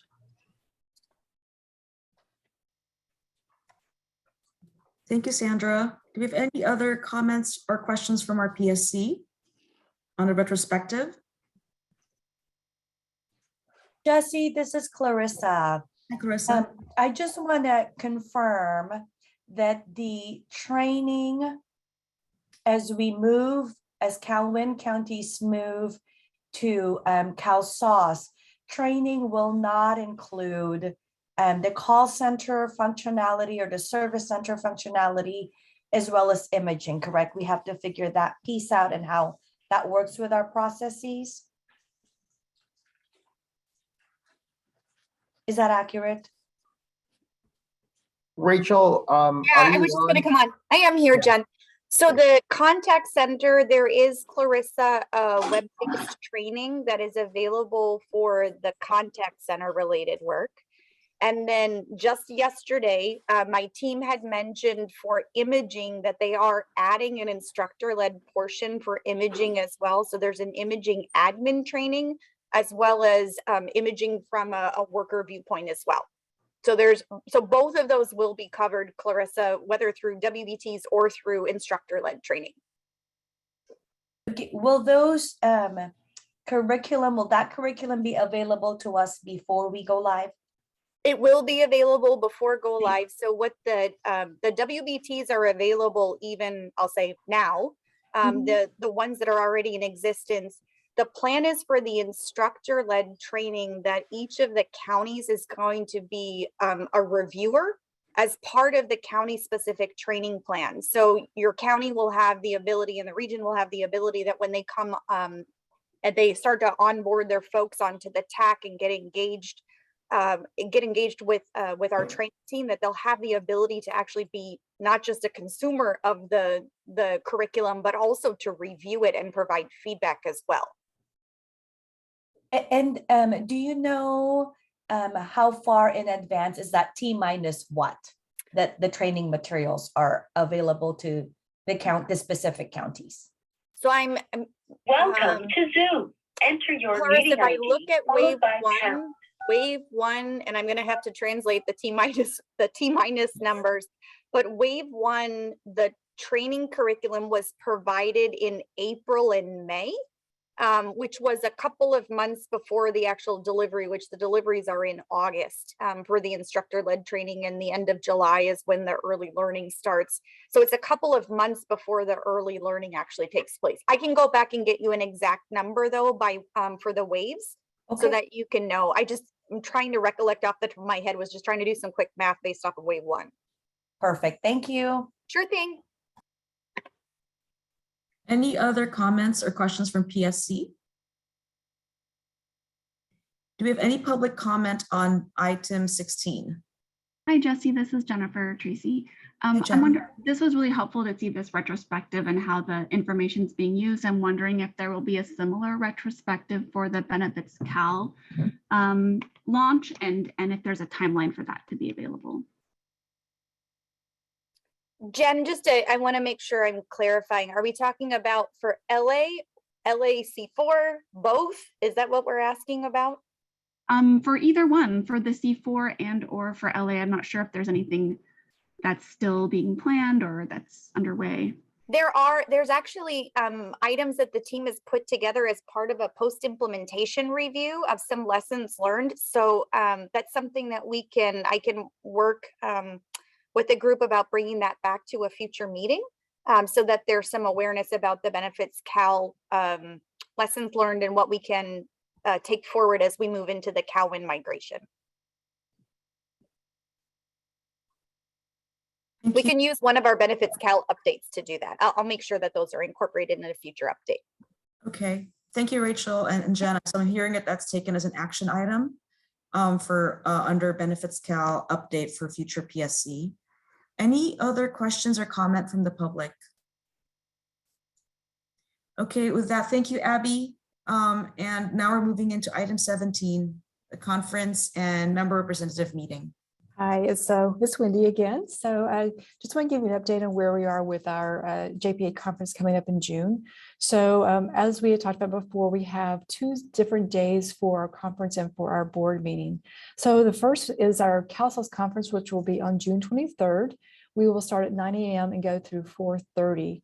We have several general session topics that will cover everything from implementation road plan to idea updates to really talking about how our themes, and also hear from some speakers. We will also have morning and afternoon breakout sessions. We have 6 sessions planned for both the morning and afternoon. They are repeated so that everyone has a chance to have some of those, they're longer sessions, so they have time for discussion. The conference is going to be open to all forum for all attendees. And we're looking at up to 1,000 participants. So it's just the limitation of Zoom. So we're trying to max out as much as possible to give people opportunity to have exposure with some of the content as well as the opportunity to discuss. We are opening registration on Monday, May 23rd for the conference. For the JPA Member Representative Board of Directors meeting, this is our business meeting, and it will be held on Thursday, June 30th, and it will be from 9 to 11. So during that, we'll be holding our normal elections for the year, as well as conducting board business, hearing from some guest speakers and getting some procurement updates. And for this meeting, the Brown Act rules apply. Next slide, please. We won't go through this one in too much detail, but the conference agenda, as we just said, we'll welcome. We're going to have basically about an hour where we talk about our implementation roadmap, what's coming up for policy for CalSAWS as it is today, upcoming policy and so forth, to really give everyone an understanding of what is happening with our plans. Then we'll have a break, come back for our morning sessions. As you see, we have imaging reports, UAT, process M, kind data validation, OCM and training, post-implementation and benefits Cal. We have a lot of content in there, 90 minutes to really talk through that. Get some lunch. We'll come back with some other theme topic, motivational types of information, some speakers, and get an update on our idea and culture transformation updates. After another short break, we'll come back for a repeat of our afternoon sessions again, the same ones that were held in the morning, so that you have time to a chance to jump into a different session, and then we'll do a closeout. And next slide, please. For the business agenda, we'll be very, very formal. We'll be calling the joint members together, we're confirming quorum. We will be hearing from Accenture, Deloitte, and Gainwell speakers, as well as conducting our nominations for our JPA and PSC board members. We will continue with some business items, as well as our procurement updates, and do a final overview of what the conference will be. And then we will adjourn the meeting. Next slide, please. And back to you, Jesse, for any questions. Thank you, Wendy. And thank you to the project for considering this new way of doing our meetings. Very Absolutely. How it will turn out. Do we have any questions or comments from our PSC? Any comments or comments from the public? Okay, we're now supposed to move to item 18, but I did see something in the chat that Kayleen said that there was no additional information on this, John. Do we still have time to bring Kayleen on? I think she said the update is documented and what they're involved in and on this slide. So she didn't have anything to add to this slide. So I think people could look at that as they wish, and we can probably move on unless there's either PSC or public comment on the contents of the slide. Do we have any PSC comments on item 18? Any public comment? Okay, with that, we're moving into our state partners updates. Anyone from OSI? Good morning, this is Steve Zaretsky. Can you hear me? Yes, loud and clear. Okay, great. Quick update. OSI has recently participated in the walkthrough of the RFP, the M&O RFP for CalSAWS with our federal partners. That was on May 16th. That went well. We are planning to submit this week for formal review. We also participated in the CalSAWS certification review with CMS last week, and that went very well. No major concerns out of that meeting. We await some feedback from our federal partners and we'll be working with the CalSAWS team on that. And then finally, the state is currently reviewing the CalWIN operational advanced planning document. It's currently under state review by OSI and the state partners, and we are targeting the end of May for our federal submission. Any questions? I'm not seeing questions yet. We'll probably reserve that until we finish all our state partner updates, if that's okay. Sure. Okay, great, thank you. Anyone from CDSS? Hi, this is Brittany Blake with CDSS. Morning. Hi, good morning. Just wanted to update you all on we're still working with our CalSAWS partners and the program partners on budget items and policy items, and continuing to work with our EBT partners on EBT fraud and theft issues. We are still doing hiring within our branch and our bureau. I believe I gave this update on weekly status regarding the permanent appointment of Jessica Abernethy to our bureau chief for the Automation and Innovation Bureau, and we will be backfilling behind her very soon. So that's all we have for today. Any questions, just let me know. Thank you.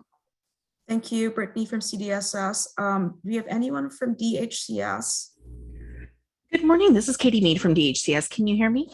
Yes, loud and clear, Katie. Good morning. Perfect. Thank you so much. So I have just a couple quick updates for everybody here. The older adult expansion was implemented on May 1st, 2022. DHCS had transitioned 81,000 cases, that exception out of the CSAWS batches, into aid code 38 with an effective date of May 1st, 2022. DHCS will be distributing those lists to counties of the individuals in aid code 38 to review for the correct full scope MAGI or non-MAGI aid code in either late May or early June. On May 17th, 2022, the Department of Healthcare Services released the Medi-Cal COVID-19 Public Health Emergency Operational Unwinding Plan.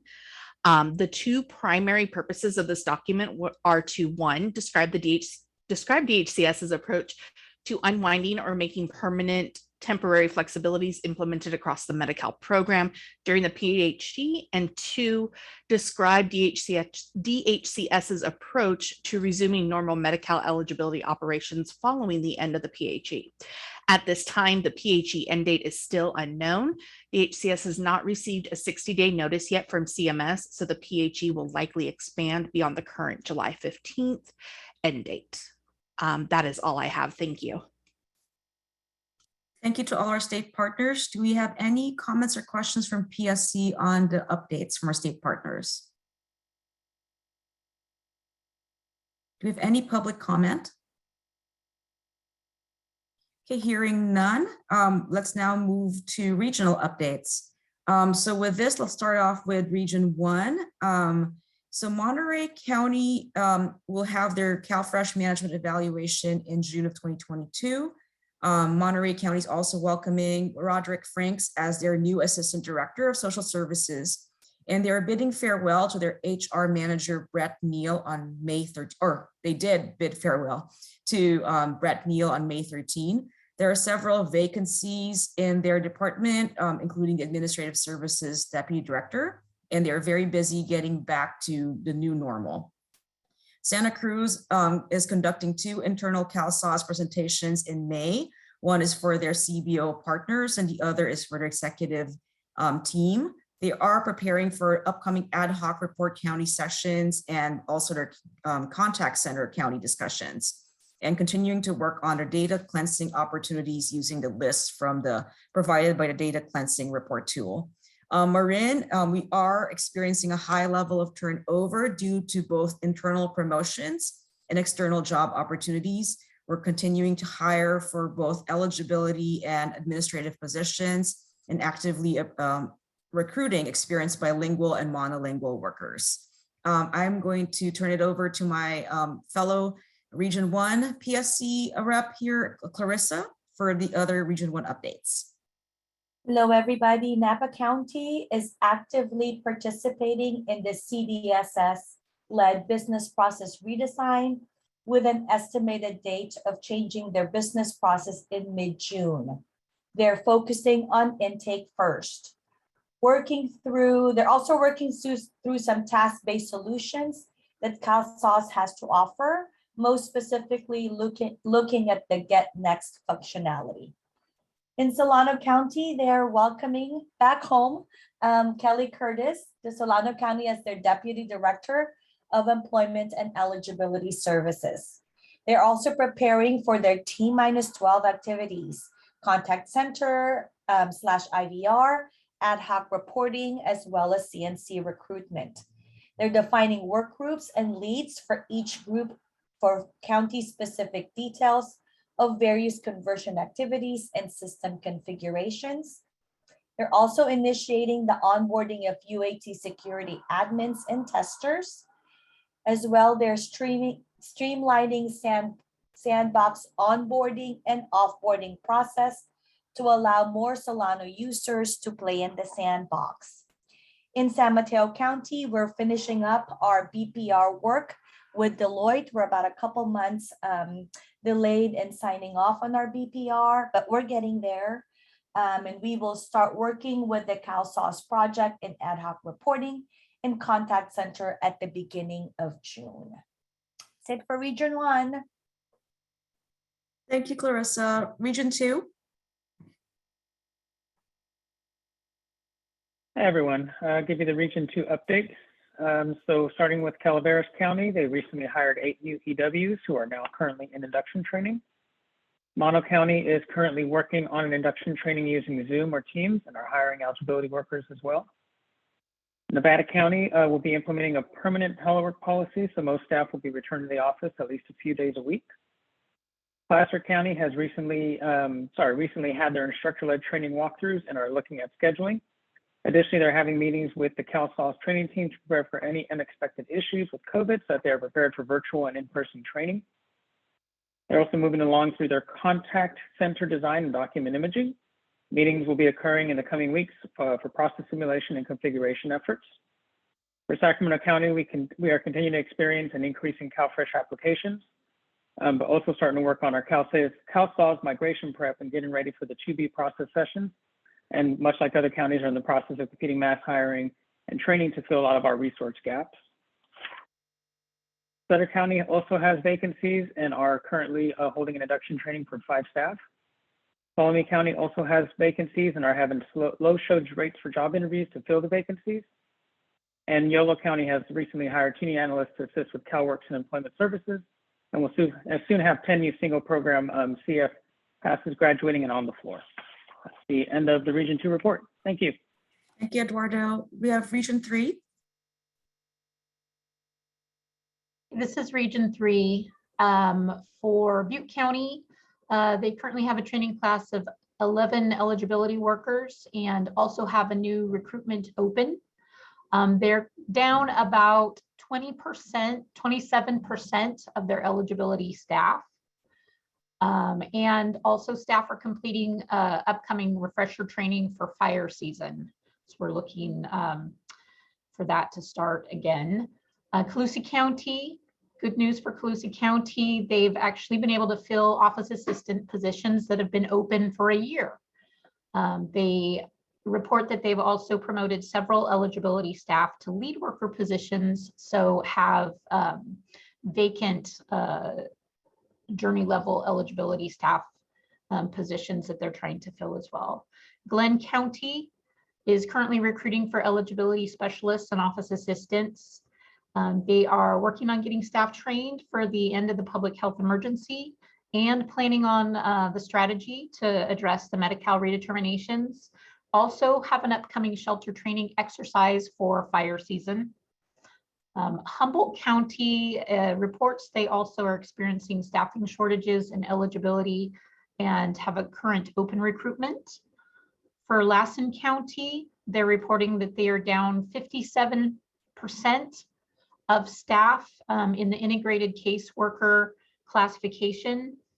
They are having a Medi-Cal boot camp through UC Davis, and they are also planning to contract out their evacuation shelters to the Red Cross, which will be a huge relief after the last couple of fire seasons and will enable them to retain staff, eligibility staff for eligibility functions.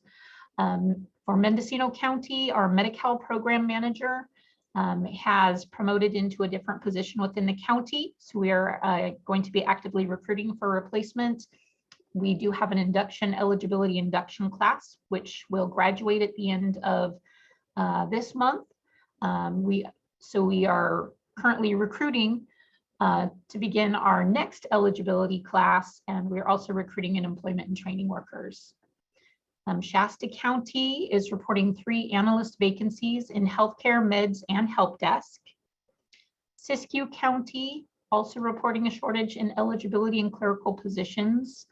And additionally now help desk and supervisors, but they have recently brought in a new trainer for their induction class. Tehama County will have a new induction class starting soon, and is reporting that they recently purchased the new Fujitsu scanners for imaging, and the staff are reporting that they are really fast and wonderful. Trinity County is trying to fill their vacant positions, participating in a career fair, and hoping to get increased applicants through that. They are wrapping up the remodel. Most of the staff are back in the office, and the Hayfork office is now open on Tuesdays and Thursdays. And they also have a refresher shelter training coming up to prepare for fire season. And those are the reports for Region 3. Thank you. Thank you, Region 3. Region 4. Hey, hi there. This is Cindy from Region 4. And I only have a couple of counties with updates. And Kern County, we're experiencing the same thing as everybody else, reporting vacancies and need for staff. So we are currently thinking of innovative ideas to try and put in place for recruitment of eligibility staff. We are also working with the state and the vendor on our new business process reengineering, also working through CalSAWS task processes for that Get Next functionality. So we're working really hard on getting our SOP together for that. We do have a new class that will be graduating and another one set to start. So we're hoping to build up all the staff that we've lost through the year. And then the next update is with San Luis Obispo County. They have a new manager, Sarah Zepeda, who is working with UC Davis Education to offer new trainings for their staff, including a supervisor masterclass, trauma-informed practices, empowerment and emotional intelligence, straight-focused engagement, growth mindset, and conflict management. They also had an induction class starting on 5/16 with 9 new trainees. And they will be opening a new recruitment in late May for the next class, tentatively beginning September. They are also gearing up for a summer of CalSAWS featuring recommendations to their CalSAWS steering committee for task management, QA/QC, lobby management, and work groups opting into specific functionality.